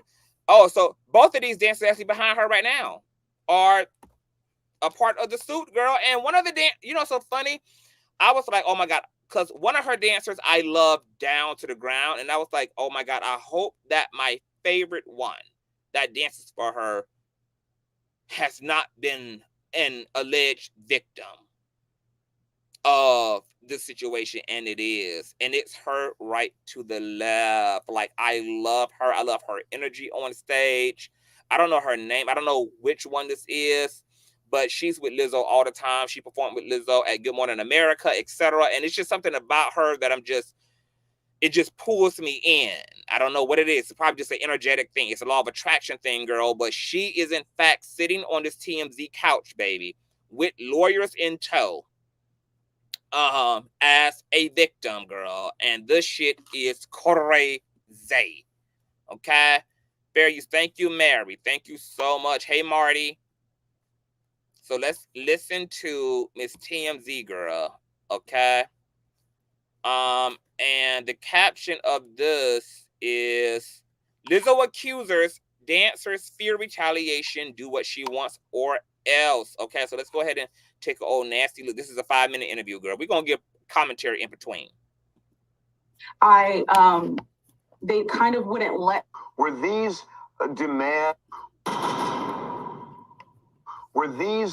demands or suggestions made by Lizzo, as you say, were they direct, where they said, I really want you to do it, or was it more, I'm afraid if I don't, I might get fired? Yeah, I think for both of us, there was like this always looming feeling of thinking that if you didn't do something or you didn't adhere to certain suggestions or demands, that your job could be in jeopardy. I mean, there have been specific instances, for example, whenever we were in contact with our agents and we were trying to negotiate receiving a retainer while we were working with the team, things kind of started being more tense in the work environment, more hostile. So right off the bat, we kind of already... I want to shout out my boo Kwame for the old nasty piece of cash app. Thank you, baby father, for you be blessed on today. Thank you, Kwame. Love you. We felt like the energy was shifting. And after negotiations for retainers began, we got an email before one of the shows, basically from somebody from her management team, saying that the way that we have been acting was unprofessional and the attitudes that we were exhibiting on the job was unacceptable, and that it could be grounds for termination. And that's just one specific instance that we went through in regards to working with the team. There is so many instances where dancers who did, have fun with her and, go along with like what she was doing and, be down for anything, that they were favored, they were hired for more shows, they were invited on, like private jets and to do cool things and, could hang out with her in like tropical settings like Hawaii and stuff like that. Some of our coworkers, it's just like there was no line between professionalism and personal. And so we had in our minds that if we weren't, down for anything, that we would then be ostracized later. It was this unspoken thing in the camp that if you weren't super fun, like if you like skipped out on all of the like outings and, all that stuff, that you wouldn't be seen in good favor from Lizzo, and that you would then not be considered like one of the people that is like cool and down for anything, and then therefore not be booked for as many jobs. Wow. So you guys are hearing, girl, one of the dancers are stating, girl, that if you wasn't down for eating pussy and playing with dildos, girl, and participating in prostitution, girl, in Amsterdam and Rotterdam, girl, in the red light district, girl, that you can lose your employment. You can end up in that mobile home with Matthew Knowles' baby mama and a strange son, girl. Okay? With Beyonce living just 10 miles away.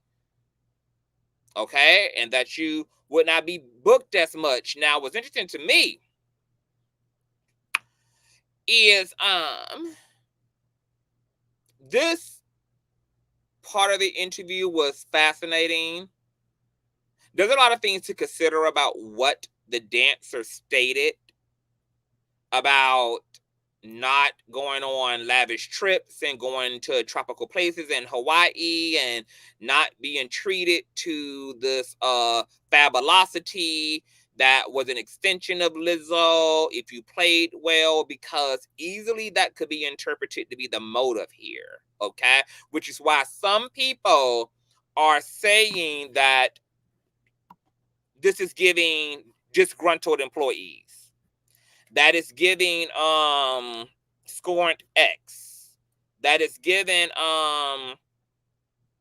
you didn't get your way, you got cut off for whatever reasons you got cut off, and now it's Mad Day, girl, and you're doing what you have to do because out of spite and out of jealousy. Now, that's something that people have to consider in this day and age where we have clout chasers and we do have disgruntled employees, disgruntled relatives, girl. When you are a public figure, bitch, you become the prey. Public figures can do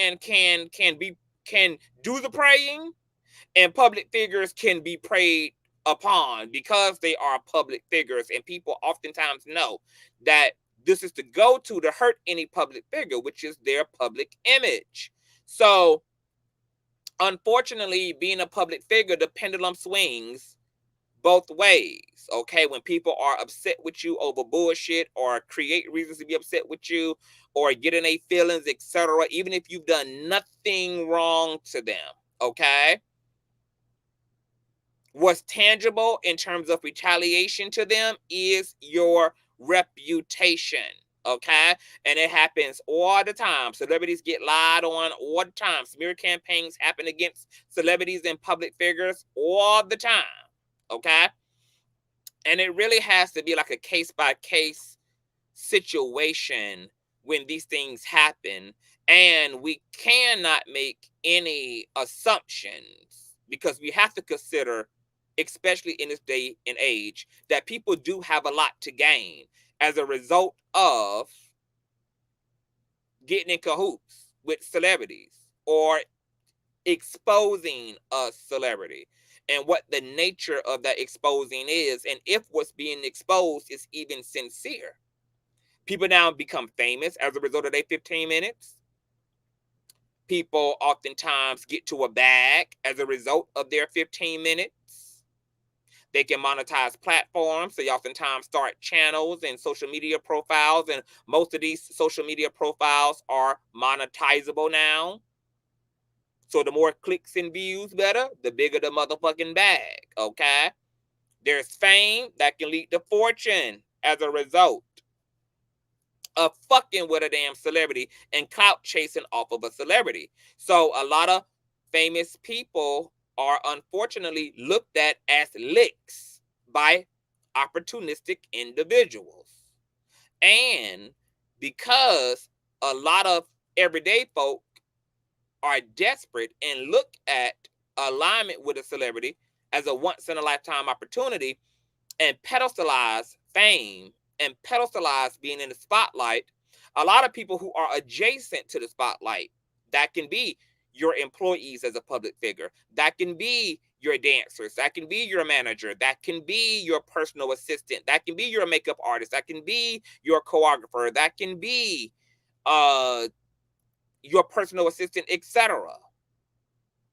A lot of these people can feel so disgruntled when they're terminated, even if they're terminated for right standing, even if rightfully so, will still retaliate because there's just a pain that comes from being separated from this lifestyle that's overly sought out and glamorized, and that feeds the ego of all who get access to it in one way or the other. So when it comes to celebrities and allegations around them, I try to be considerate of that. I try to give a benefit of a doubt to that because I, as a public figure myself, I know how nasty and how dark this gets. Shit, it's people who prey on influencers in worse ways than this.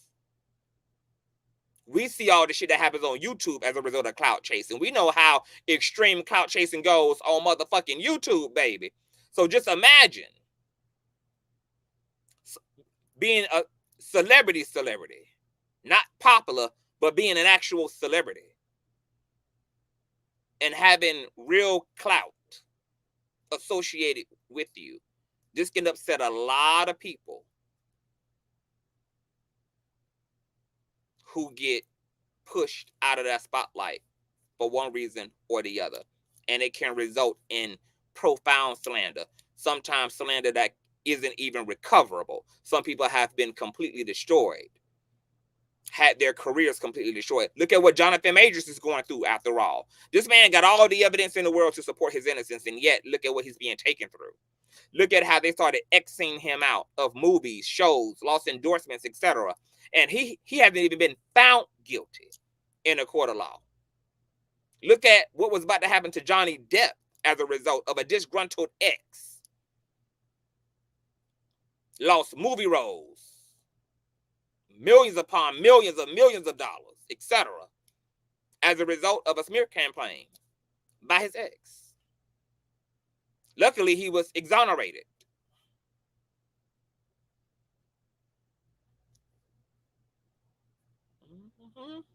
It gets fucking real when you are a public motherfucking figure.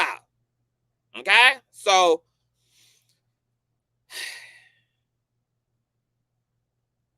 these dancers stating that they didn't get to go on lavish trips, etc.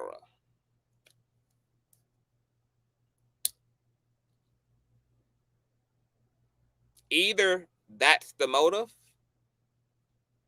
is we're doing this, we're coming forward, and we're smearing this woman because we were not favored, and then we were terminated, and now we mad as hell, and we're going to take our experience and make it something that it wasn't for the sake of hurting this woman. Or the dancer stated that because she wanted to articulate and illustrate the dynamics and why grown-ass people felt the need to compromise themselves because of the way that Lizzo had her workspace set up, that she had this reward-based system that indirectly let you know and inform you that if you played well, then you get to the gold. And if you didn't, you were going to be on the outs.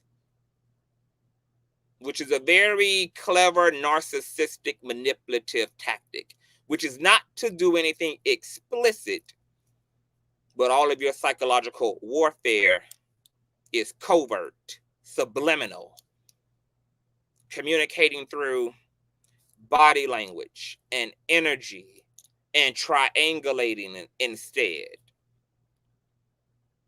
So either Lizzo is guilty of the things that's being claimed, or she's not. But let's continue to listen. You mentioned that there was some kind of a dispute over a retainer. When you parted company with Lizzo, when both of you parted company with Lizzo, was it just kind of happened? Were you terminated? Did you quit? How did the separation go?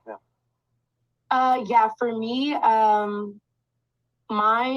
my situation was a little bit different than Ari's. There was a meeting that Lizzo had. It was a more, well, all of our meetings were pretty intense, but this one was a more intense meeting with her, just emphasizing the fact that she wasn't pleased with our performing and that we still weren't dancing up to, you know, her standards. And basically this was after the intense re-audition that we went through after, you know, having hours of rehearsal, to which she then brought up the allegations of us drinking before shows. I raised my hand to speak.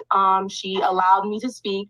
And in that moment, I let her know that, you know, we never partook in those activities and that we would never put ourselves, her, or the show or our jobs in jeopardy. And days later, one of her tour managers terminated me in a hotel lobby. What goes into my termination is that I had felt for a really long time that they were questioning my abilities due to weight gain. It was never explicitly said, hey, you know, you're gaining weight, your job is in jeopardy. It was never that. It was very nuanced. It was very under the rug. And I think that language was used to keep from being canceled. Previously, she had said, you know, she was worried about me at South by Southwest. And when I was at South by Southwest, that was the first time I had showed up to a Lizzo event or gig, noticeably having gained weight. There was nothing different about me. My performance skills were the same. My demeanor was the same. My energy was the same. The only thing that was different about me was my weight. And in this meeting, she stated as well that, you know, dancers get fired for gaining weight. And then she kind of paused and looked at me, and I still don't know if she really meant to single me out in that moment. But when she looked at me and she said that, I was kind of like, so she's really concerned about my weight.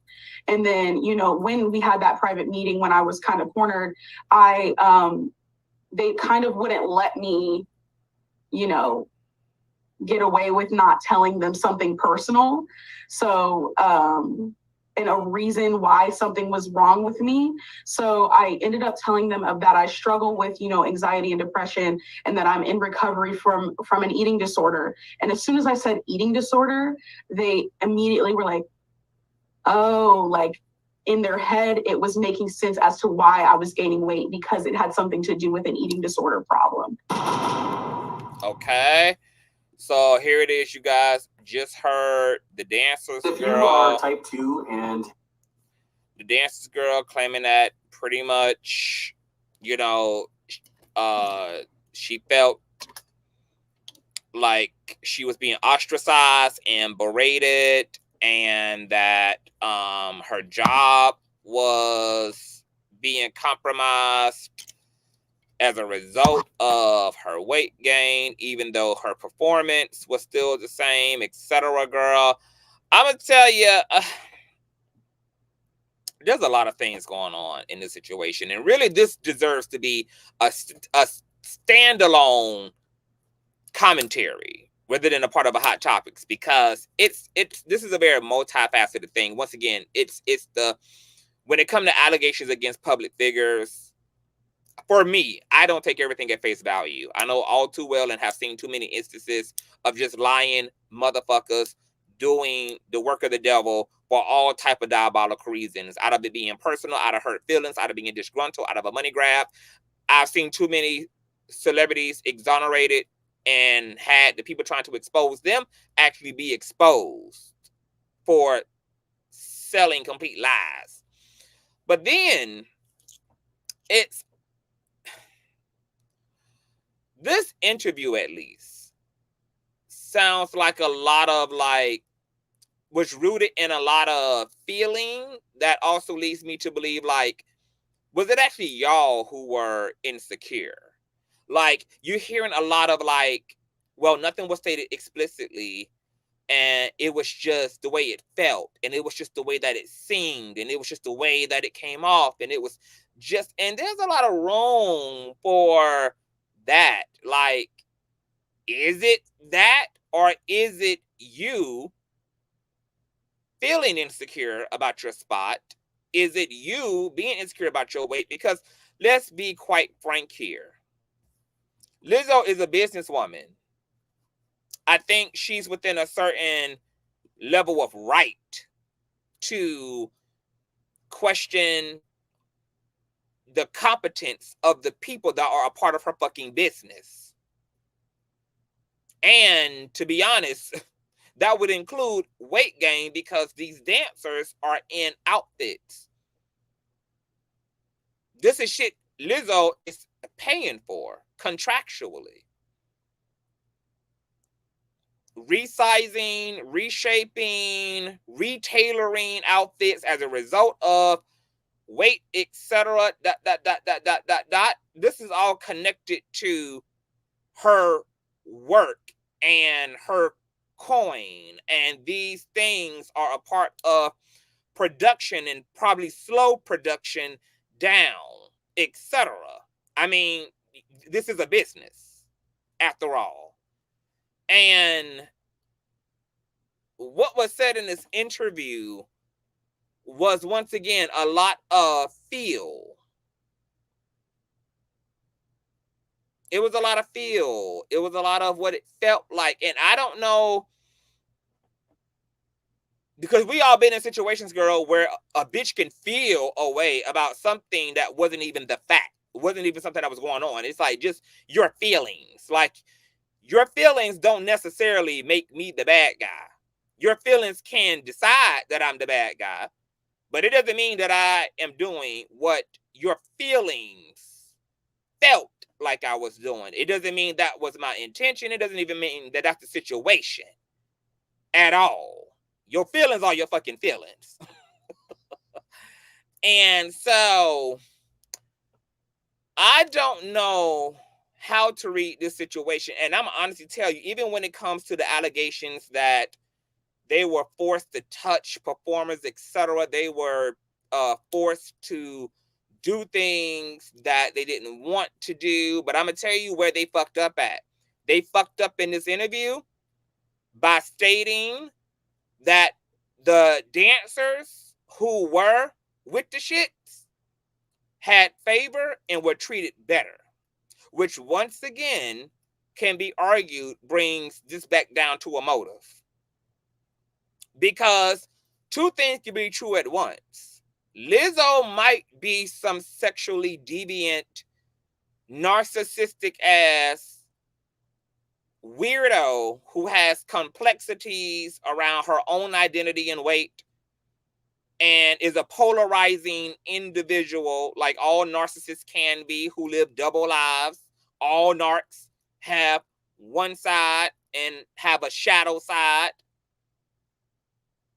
That can be true, but it also would seem to be true that y'all were with the shits as long as, or were okay with compromising yourselves for worldly things.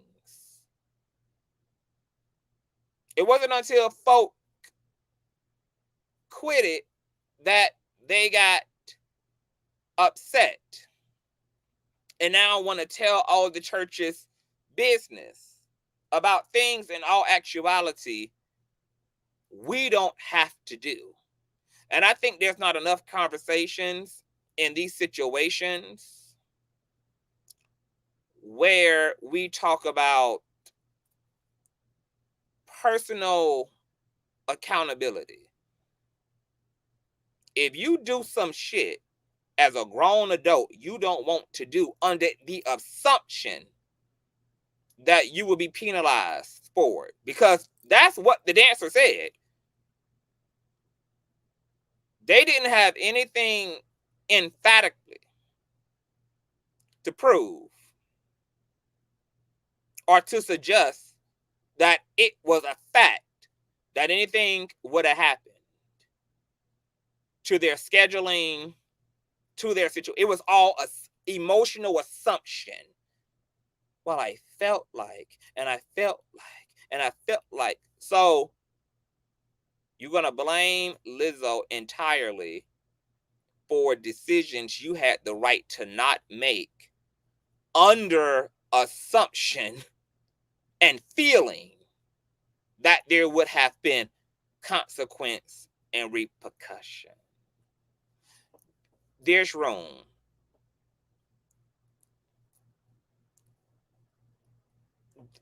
There's room for another kind of conversation going on in this situation. Like Jamari said, feelings are not fact. And I don't know how much any of us would find it just that someone be penalized for what other people feel about them. Feelings are not substantiated, and personal agency does come into question here. Now, we also know that proximity to power is very unique when people's livelihoods are connected to abuse. And there's room for accountability on Lizzo's end if she in fact abused her power, and we know abuse of power also happens.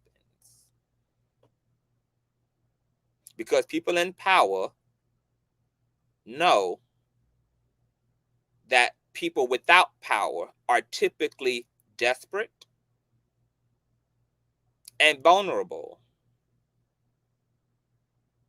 as a result of their social class and where they rank. You get people who have big dreams, deep desires. They want to live their best life, work hard, and people who have aspirations can find themselves being preyed on by those who have the keys to those dreams. Totally get it. And that's totally a thing. And abuse of power is totally a thing.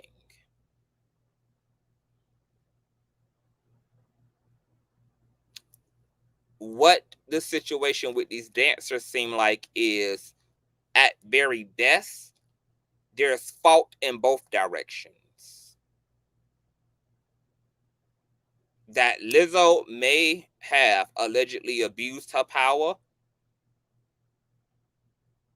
but these people were also willing to be abused for the sake of living well, for the sake of greed, for the sake of superficial ambition. They were willing to compromise themselves and to suck on dildos coming out of a stranger's vagina.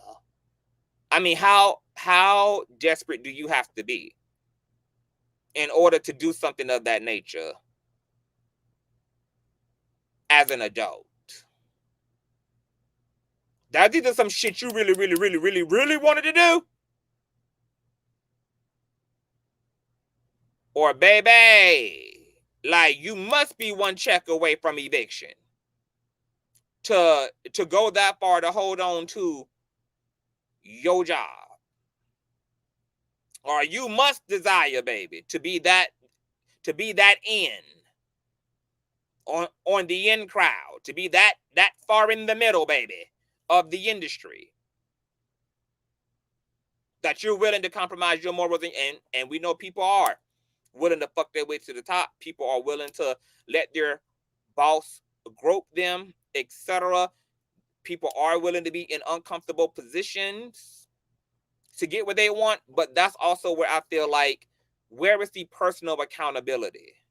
Because ultimately, whether you was comfortable or not, if you did it, you gave permission for it to take place. And then if you don't cry about it until after you've been fired and terminated, we have to reshape the conversation.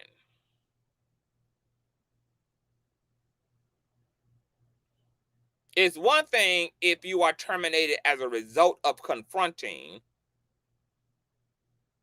the situation. It's another if you let everything that could happen fucking happen, and then you don't say shit until you ultimately not getting what you want out of the situation. So I can understand why the public is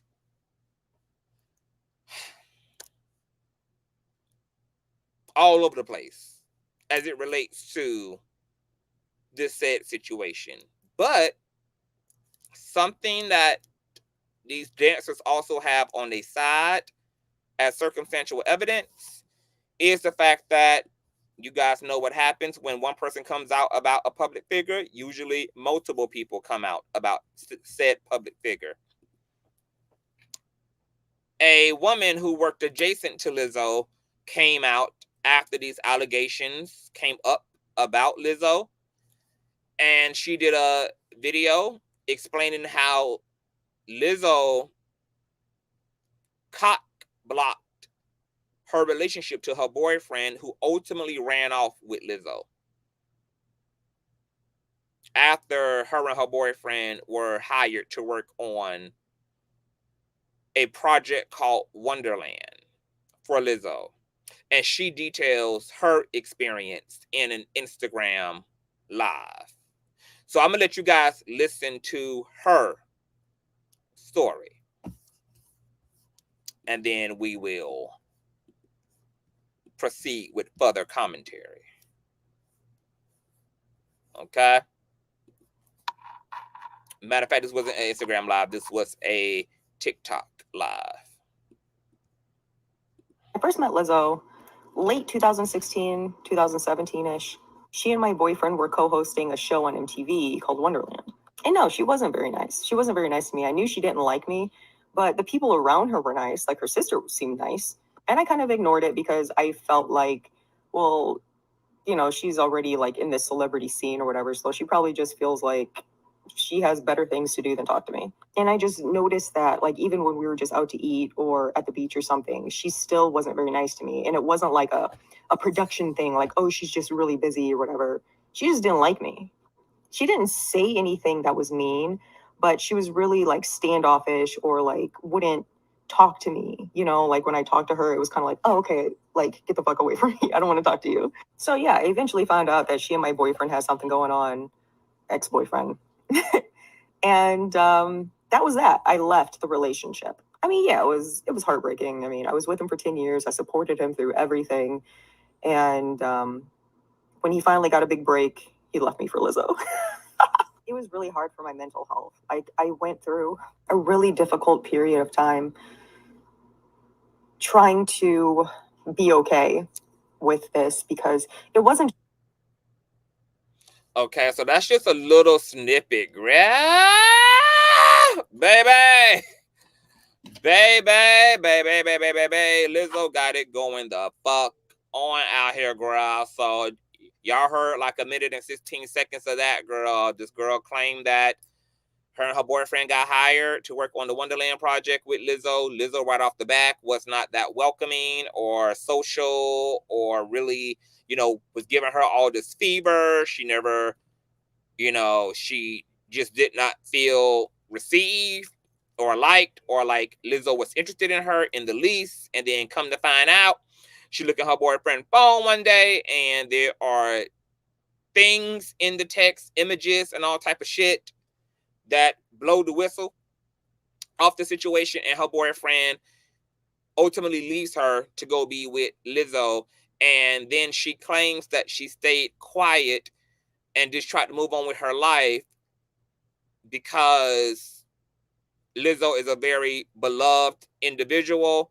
She has a big fan base, but it was a struggle for her because she really knew what type of bitch Lizzo was, and it was hurtful for both her ex-boyfriend and Lizzo to have done her that way because she felt like basically Lizzo should have been a better woman.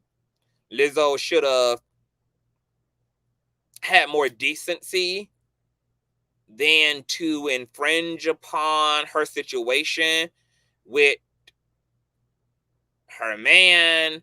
And she also blames her man for leaving her for a come up and for a lick. And then it was hard for her to really put this behind her because of Lizzo being a public figure and always having to hear Lizzo's name and all this and all of that, girl. And it was traumatizing and this, that, and the third, girl. And she kind of feels basically vindicated. She feels vindicated and she feels like these dancer statements are true because of her own anecdotal experience with Lizzo being once again a narcissistic, draining, entitled, moralist piece of shit. CTV, do you have the video of the one accusers praising Lizzo after some of her? I saw that video, but I don't have it on deck. However, I do want to, and maybe I'll pull it up. I do want to read Lizzo's statement because she did issue out a statement, and it reads the following. These last few days have been gut-wrenchingly difficult and overwhelmingly disappointing. My work ethic, morals, and respectfulness have been questioned. My character has been criticized. Usually I choose not to respond to the false allegations, but these are as unbelievable as they sound and too outrageous to not be addressed. These sensationalized stories are coming from former employees who have already publicly admitted that they were told their behavior on tour was inappropriate and unprofessional. As an artist, I have always been very passionate about what I do. I take my music and my performances seriously because at the end of the day, I only want to put out the best art that represents me and my fans. With passion comes hard work and high standards. Sometimes I have to make hard decisions, but it's never my intention to make anyone feel uncomfortable or like they aren't valued as an important part of the team. I am not here to be looked at as a victim, but I also know that I am not the villain that people in the media have portrayed me to be these last few days. I am very open with my sexuality and expressing myself, but I cannot accept or allow people to use that openness to make me out to be something I am not. There is nothing I take more seriously than the respect we deserve as women in the world. I know what it feels like to be body shamed on a daily basis and would absolutely never criticize or terminate an employee because of their weight. I'm hurt, but I will not let the good work I've done in the world be overshadowed by this. I want to thank everyone who has reached out in support to lift me up during this difficult time. That's Lizzo's official response to the allegations that they are false, that these are disgruntled employees, that these claims are absolutely outrageous and extremely hurtful, that these are employees who have been chin checked many of times as it relates to their professionalism, and that this is ultimately retaliatory, and that this comes up against everything that she in fact stands for. So here it is. You have the word of a few individuals, and you have Lizzo's word.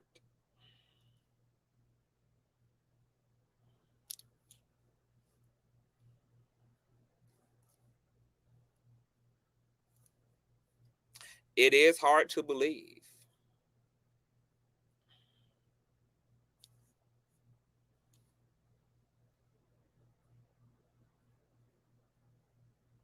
I don't think the interview with TMZ did the dancers any justice. I feel like that interview was too telling and create a lot of questioning around the motive and the intent and sincerity of the claims that are being made. Once again, we also know that abuse of power is a real thing, and people in power can be the predators sometimes, but we also know equally the pendulum swings that people in power can also be preyed upon for the sake of self-gain. I don't know what to believe right now. I can see it going in either direction. I can see Lizzo being completely innocent and this being a matter of disgruntled employees. I can also see these accusers telling the truth.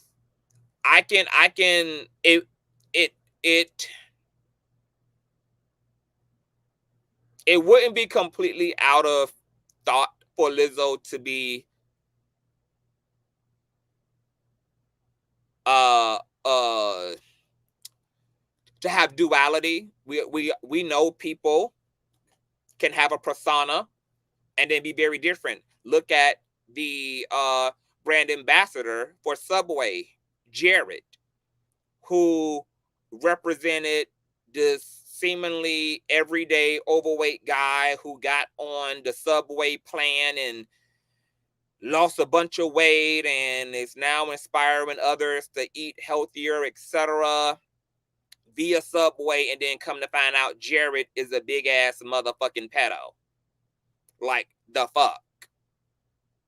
Look at the Jeffrey Epstein catalog.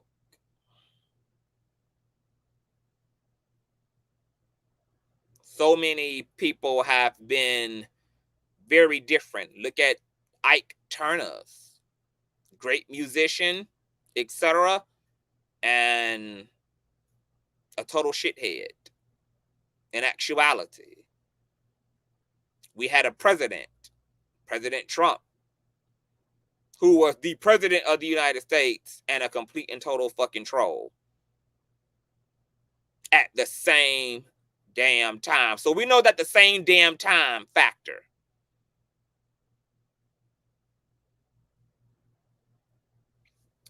I haven't seen that interview, QH, but I have heard about it. Did you see the interview where Lizzo was talking about eating bananas from Who Hood at the banana bar in Amsterdam? I have not. But I think that that's what Lizzo meant when she said that she will not allow her sexuality to be weaponized against her. That was also something that was really interesting because I've seen that happen to people who are very vocal, people who are very like authentic and very honest about who they are, about the experiences they've had, about their lives, oftentimes have had that information weaponized against them in situations where folk needed they get back and wanted a lick back or had an ulterior motive.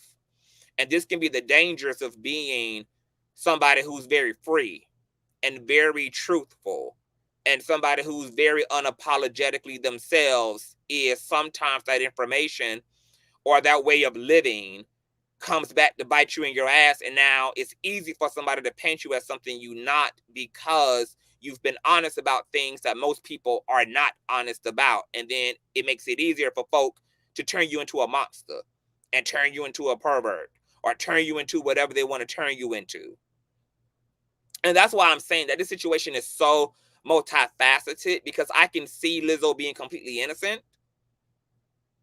But because we know people in power are also abusive, and there's plenty of historical reference for that, I can see these accusers also telling the truth. Lizzo may have some weird ass complexity about her weight, because what's funny in terms of the accusers is over the years, it seems like Lizzo, to what extent she is double-minded, we don't know. But over the past few years, we've seen her be double-minded. We've seen her, to these dancers' extent, to this woman who claims Lizzo stole her fucking man's point. We've seen Lizzo have a brand of self-love, self-acceptance, fuck the world, you are who you are, nothing to be ashamed about. But then that same person with all that self-love and all that self-affirmation is the same one constantly crying about mistreatment from the public, constantly crying and reacting and fighting against those who are fat shaming her, who are going in on her body, etc. And it leading to this disconnection between her messaging and her persona and her brand and the actuality of her. And if she's dualistic in that way, when it comes to that, then it may be more dualism where that comes from, which would be all this shit that she's being accused of. Lizzo may not, in fact, be the person that she has led people to believe she is. Her persona may be just that, manufactured. It's her gimmick. It's her brand. But it's not, in fact, who she actually is. She may be a insecure fat woman who is narcissistic in nature,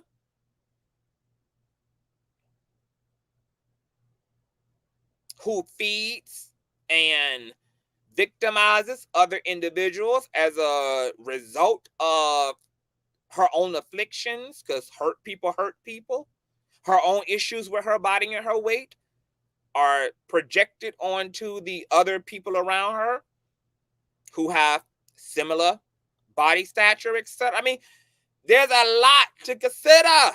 And I don't know yet what to think, because between the allegations and Lizzo's response, both of it is hearsay.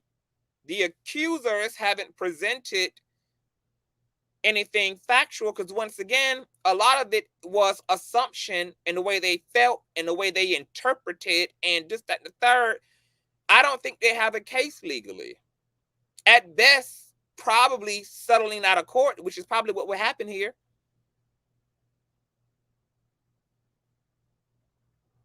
I don't know how much of this could convince a jury or a judge that Lizzo is in fact guilty of the things she's accused of, because once again, what she's being accused of is making them feel a way. And I can easily see a criminal defense attorney, a civil defense attorney, eating the accuser side the fuck up. Completely highlighting that their feelings are completely subjective. They are grown. They have autonomy, etc. That you cannot penalize peer pressure as an adult. You are not claiming that Lizzo touched you. You are not claiming that the team captain touched you. You're just talking about the things you felt you had to do in these ambiguous scenarios y'all found yourself in. So it could be argued you could have considered the alternative. You could have used your right to say no and given the situation an opportunity to either prove you right or to prove you wrong as a result of you saying no. I can easily see how an attorney could eat the accuser's side up. But at the same token, in law, coercion is a real thing. Intimidation tactics are a real thing.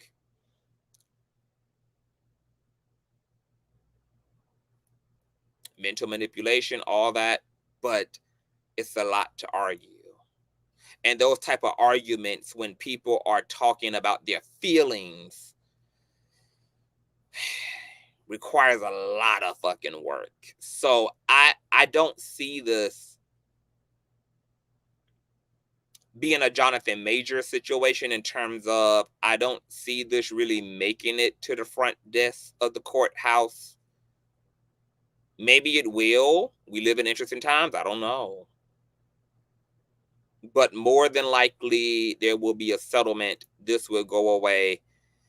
And we may never know the truth, because once again, what these accusers, all they have is their perception of the situation. That's not concrete. That's just a perception. And Lizzo had the right to favor other people. It's not illegal to have favor. If she wasn't feeling your energy in a way, that's like an employee suing you. No, that's like a coworker suing you for spending personal time with other coworkers. That's like somebody suing you as a boss for developing a friendship with some employees, but not with all. It's not illegal. She wasn't mandated to take you to Hawaii to begin with. She wasn't mandated to fly your ass to Costa Rica to begin with. That's not a part of the contract. That's her own a personhood. She don't have to fuck with everybody that she hires in the same way. She gets to decide if she likes some people personally, and some people are just employees. Some people are just to fucking help. She doesn't have to equally distribute the things that she's not required to do to begin with to everybody. And if you sitting around in the background pissed because you haven't made it that far up and she ain't extending that same courtesy and luxury to you, you have a right to be in your feelings. But that doesn't mean anything beyond that. Those are just your feelings, and you get the right to be in them and to be mad and to be jealous and to feel whatever. But that's all that it gets to be. You don't get to take that and then push the envelope.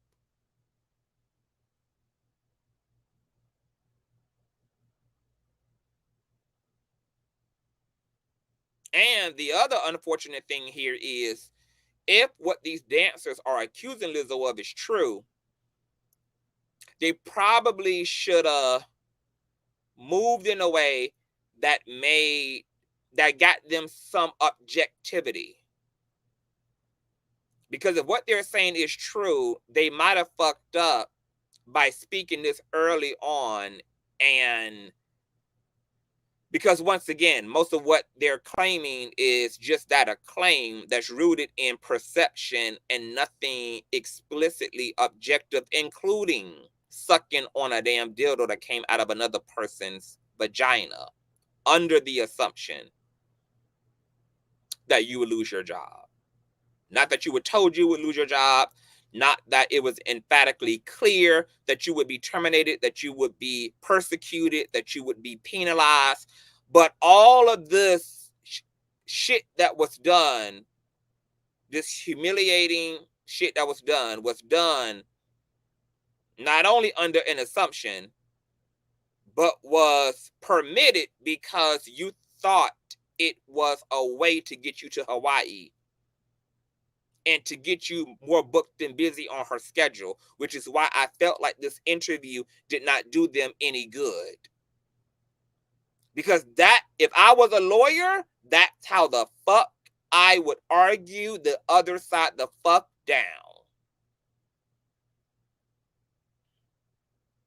I could extrapolate everything I need as a defense for Lizzo just based upon this TMZ interview. I would be able to Johnny Cochran the fucking courtroom. So you're saying that you were sexually violated based upon assumptions and felt like if you did not proceed with certain said experiences or standards, that you would not end up on that flight log alongside other dancers to Hawaii and to the Bahamas and to Cancun.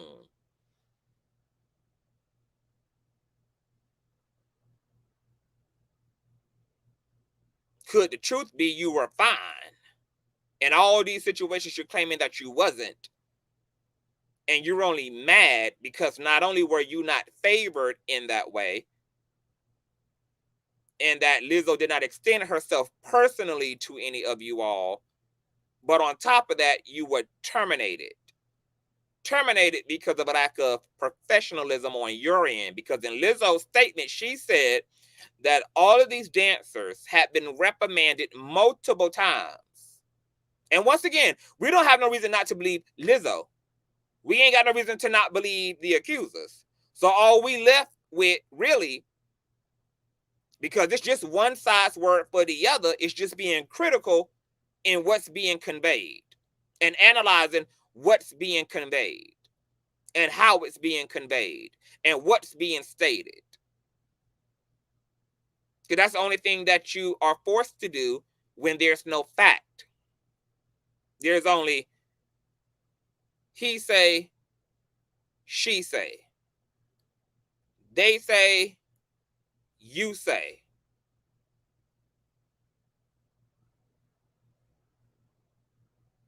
So let me pull up that video of one of the dancers.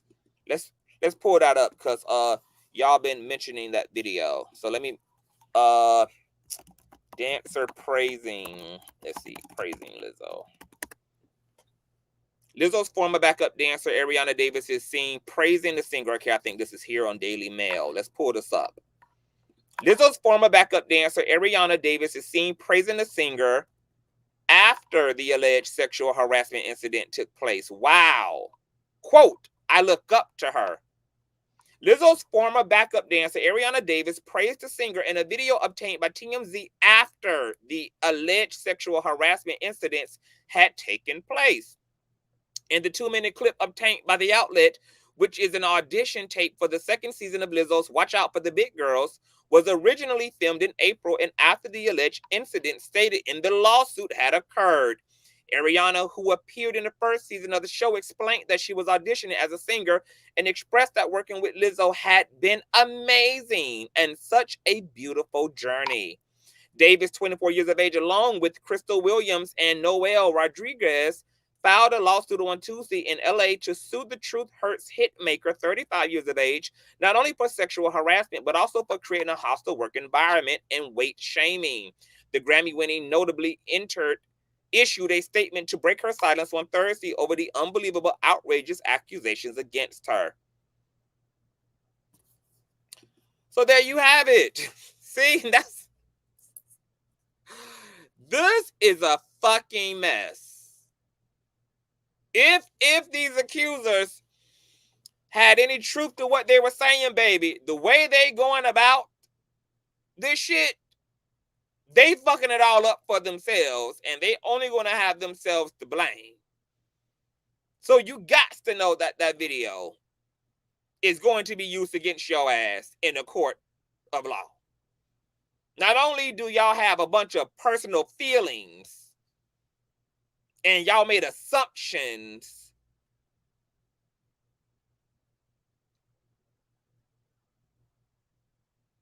on top of that, y'all done fucked around and specified when some of these alleged incidents happened. But then, without reading the room and realizing that, bitch, you also got videos out here of you praising and giving this woman credit for changing your life and talking about how wonderful of an experience it has been to work with the same person that you're now, because you've been fired and terminated and let go of it, etc., are now painting out to be a monster. That's why they're being called disgruntled employees. That damn sure didn't help. On top of this fucking strange interview where this woman went out of her way to state how they weren't being favored. Favored, right? Did she forget she used the word favor? It's called favor for a reason. It's called favor for a fucking reason. Favor ain't fair, but it ain't goddamn illegal.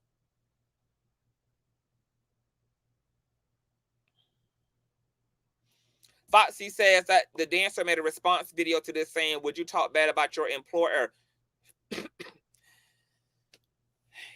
And this is what I mean by how much blame do we get to put on other people? Where is the balance in the conversation, right? We all know what it feels like to be between a rock and a hard place. Most people, most working Americans, to the dancer's point, is in the practice of kissing their employer's ass. That is the practice of most working Americans. If most Americans could have their way, right, they would smack to hell and burn down the entire fucking workplace with their boss in it.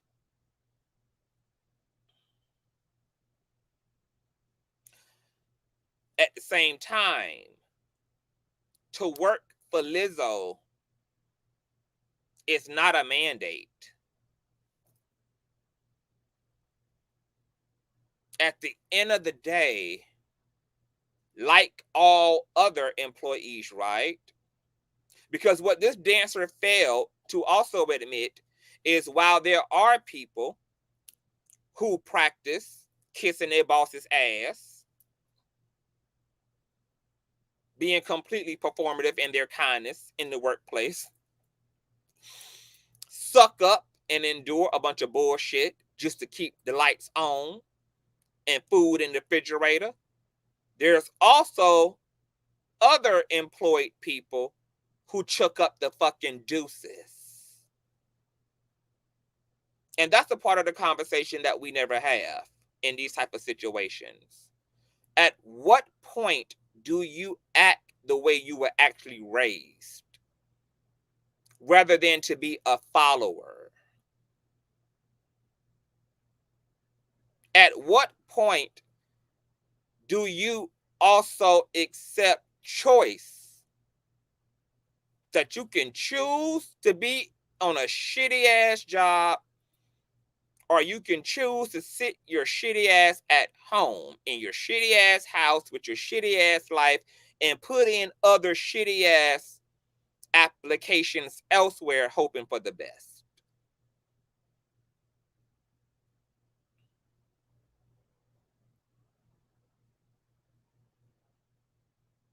I don't think they have a case based upon the way they felt.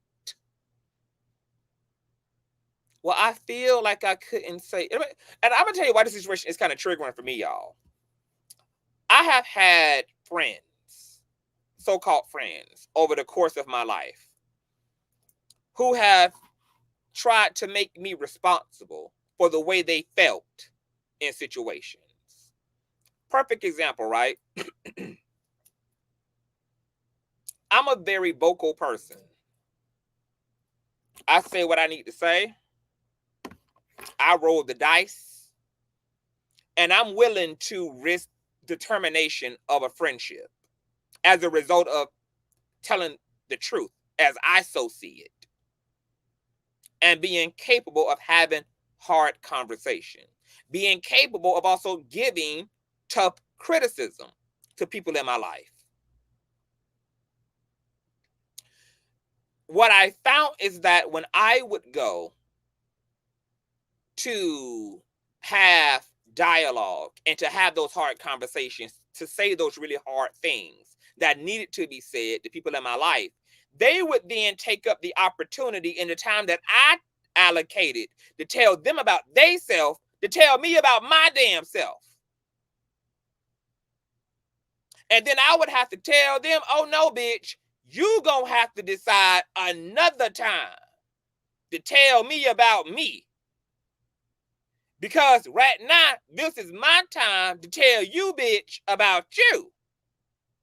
And if you felt that pressed and you had some things to say to me, bitch, then guess what? We should have been on your time rather than you being on mine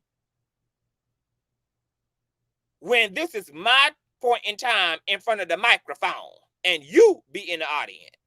Clearly what you felt and what you thought and what you had to say to me didn't mean enough for your ass to call me and have a conversation with me. You wasn't pressed enough to take the initiative. You wasn't pressed enough, bitch, to pull me aside. You wasn't pressed, so you ain't gonna be pressed now just because I got your ass up against the wall and this is really your low-key way of getting your back up out of the corner. Is by making this a us situation when this is a you motherfucking situation. And then when we would start to argue down because now, bitch, you're not gonna play these bald-headed ass psychological reverse engineered ass games on me. They would argue that, well, I ain't feel like I could say this. Oh, but all of a sudden you conveniently you found your voice and found your strength when you dead ass in the wrong, and I'm holding you accountable. Oh, all of a sudden now, the voice that you ain't had for the past 6 months, 7 months, you all of a sudden conveniently had the Holy Ghost tap on your shoulder, and now you empowered, and all of a sudden conveniently now, you can run that dick sucker. Conveniently now, baby, that mouth works. Conveniently now, baby, that truth must rise up now. All of a sudden, you capable now. On punishment day, when you getting this work, now you done found your voice. Oh, no. I'm gonna need you to be just as mute about your feelings and your thoughts and your criticisms, bitch, as you was for the last several months. You were just fine not setting the time with me, not pulling me aside, and not saying what you need to say for 6 months. Another day won't hurt your ass of shut the fuck up.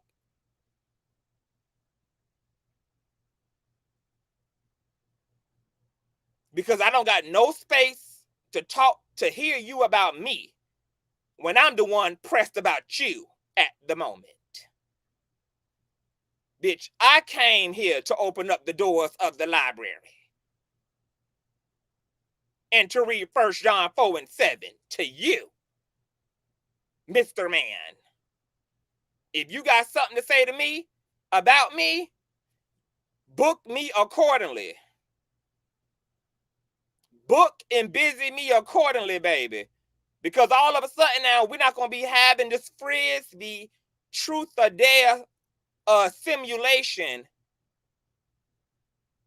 when I need all the undivided attention about my fucking feelings and my thoughts. And I will afford you the same thing when you set aside a personal time outside of the time that I allocated for you to hear me. Because when I need you to hear me, bitch, I ain't got no capacity to hear you. You the one supposed to be doing the motherfucking listening. I'm doing all the damn talking. Okay? In the conversation, baby, on appointment day, I'm the one who pressed. Okay? If you pressed, you booked me for a separate occasion. And then we can trade places. And I'm the listener. And you the motherfucking talker. And I used to be so pissed, y'all, at these so-called friends at the time. Because I don't fuck with none of them hoes now. I used to be so pressed at the time, bitch. Because I'm just like, so you the one in the practice of being passive aggressive. You the one in the practice of not saying what you feel.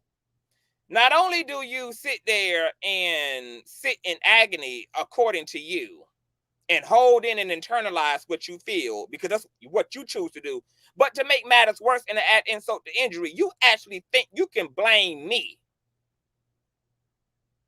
for a quiet mouth that can't be fed as a result of your quietness. No, ma'am. That's a conversation that you need to have with you. You don't get to blame me for why you're not a bad bitch. You don't get to blame me for why you don't show up in the same mature and authentic and honest and straightforward fashion that I do. You don't get to blame me for why your character is motherfucking warped and why your personality hasn't arrived yet. Why your maturity hasn't arrived yet. You don't get to make none of that about me. No, you do not. I understand the way you feel, but I ain't got shit to do with the way you feel. Because every day that I'm in this friendship, this associationship, this family ship, this romantic ship, whatever type of ship it is, I'm operating in a way that gives you all the space and opportunity to say what you need to say at any point of the motherfucking day. And if you not taking advantage of that, you got to deal with you about that. And you don't get to inconvenience me on get your ass together day in order to deflect and avoid this gathering on this here good God-given Friday.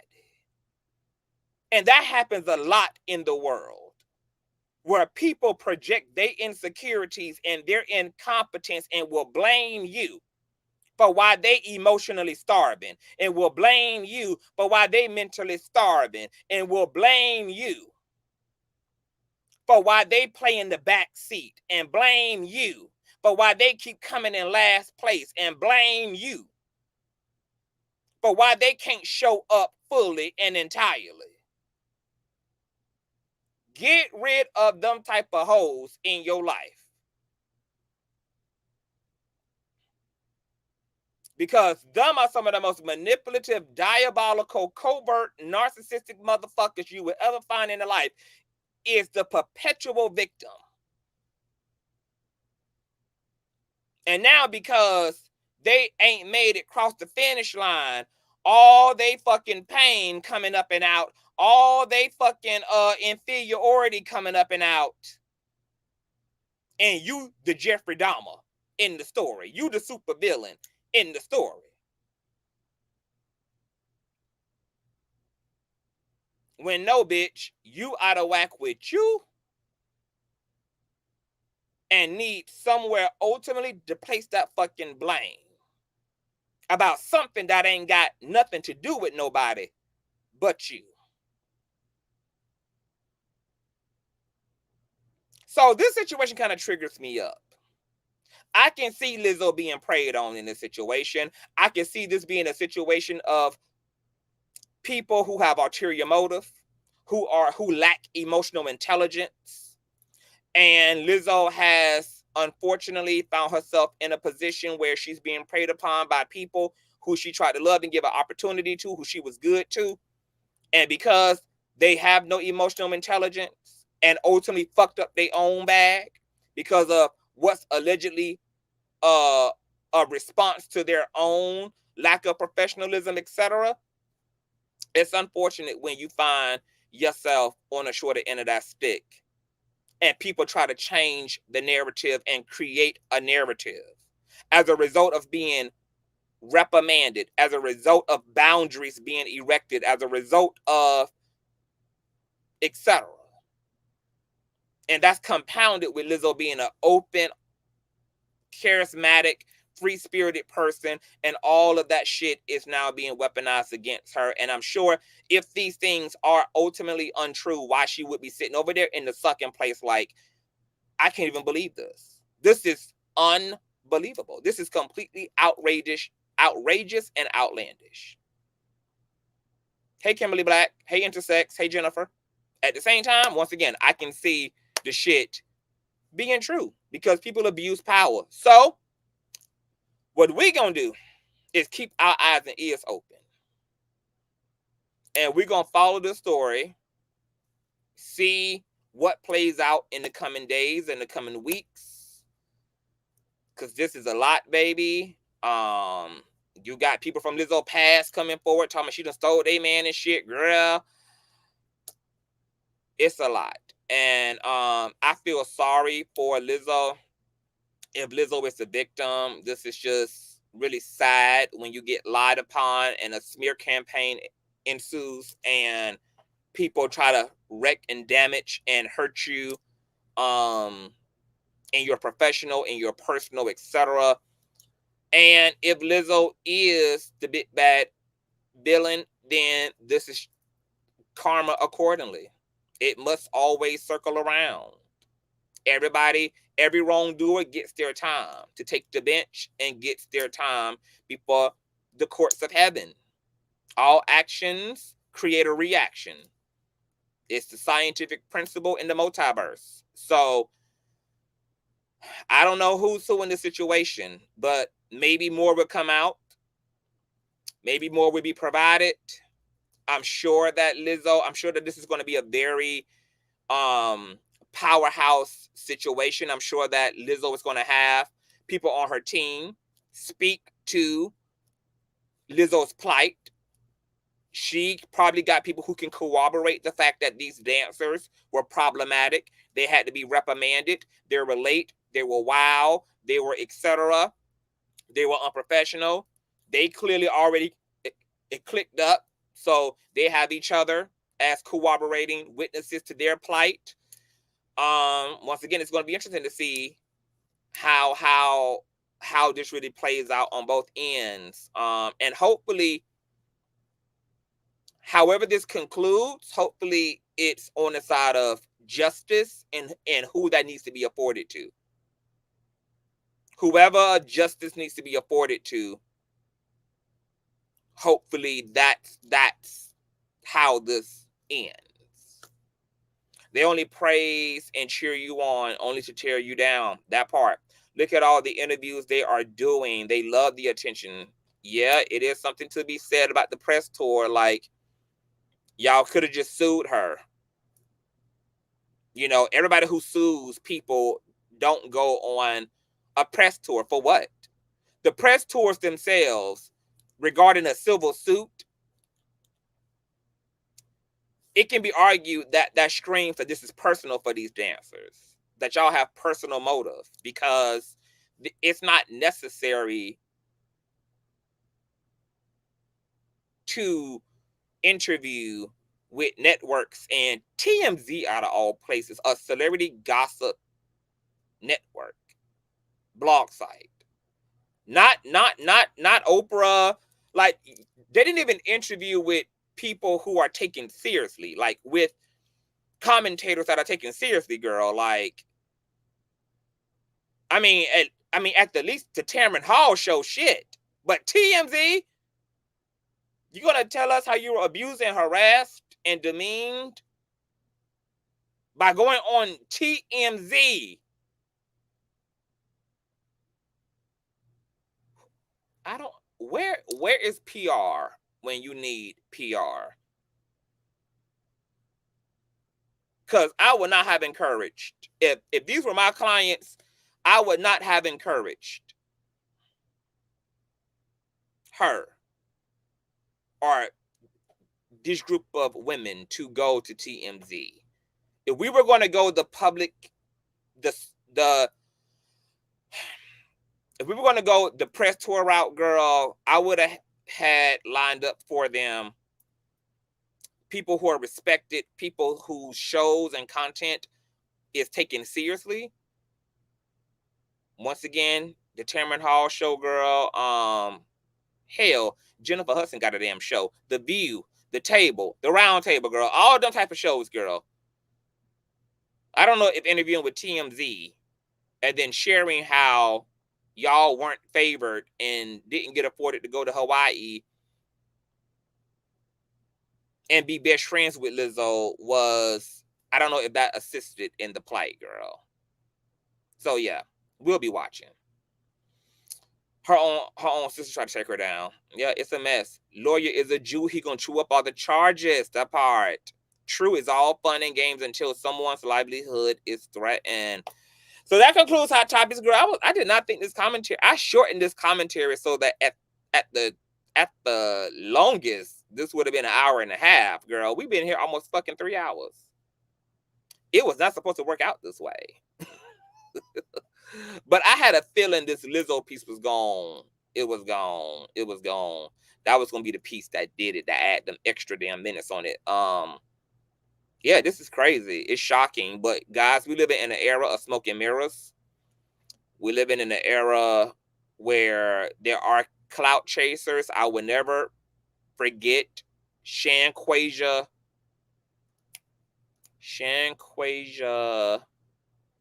I forgot her last name, but that's the big girl who accused Usher of giving her a STI, etc. I'll never forget that situation.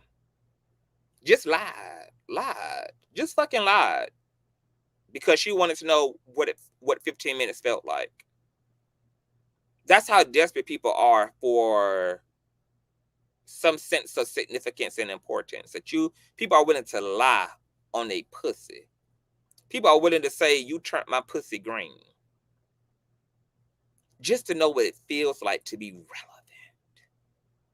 Baby, this social media shit has changed the game.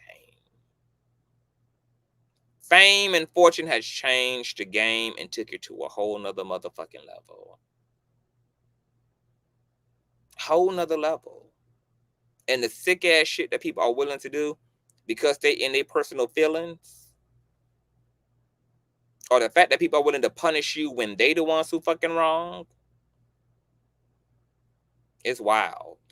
It's wild. So I'm not one of those commentators who will take anything at face value unless I'm just that convinced and the evidence supports a strong left or right opinion.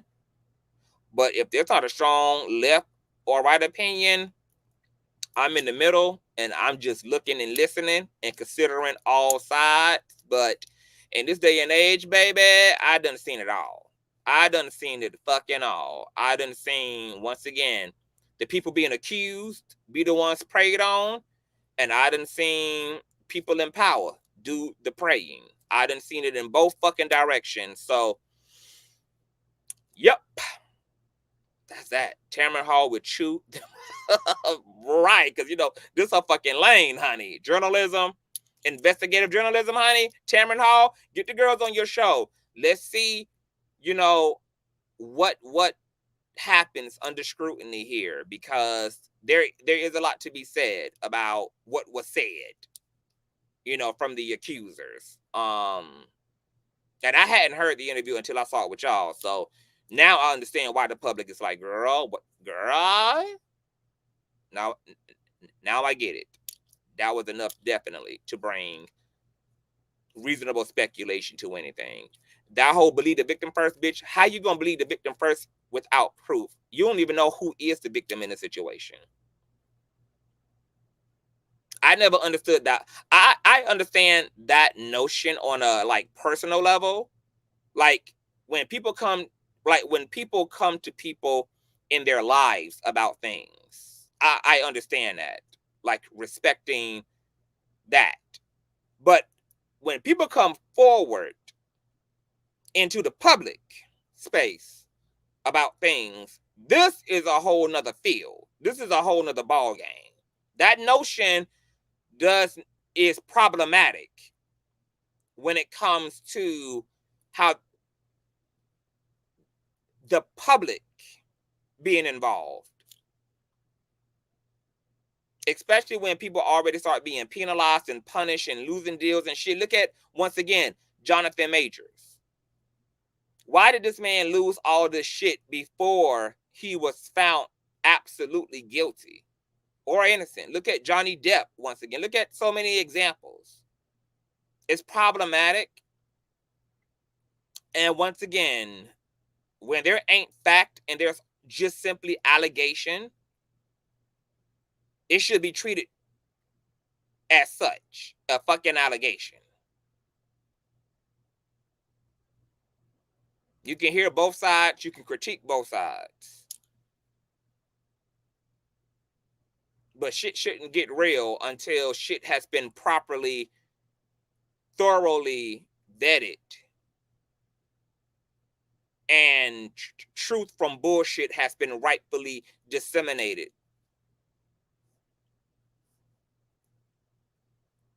In a respectable system.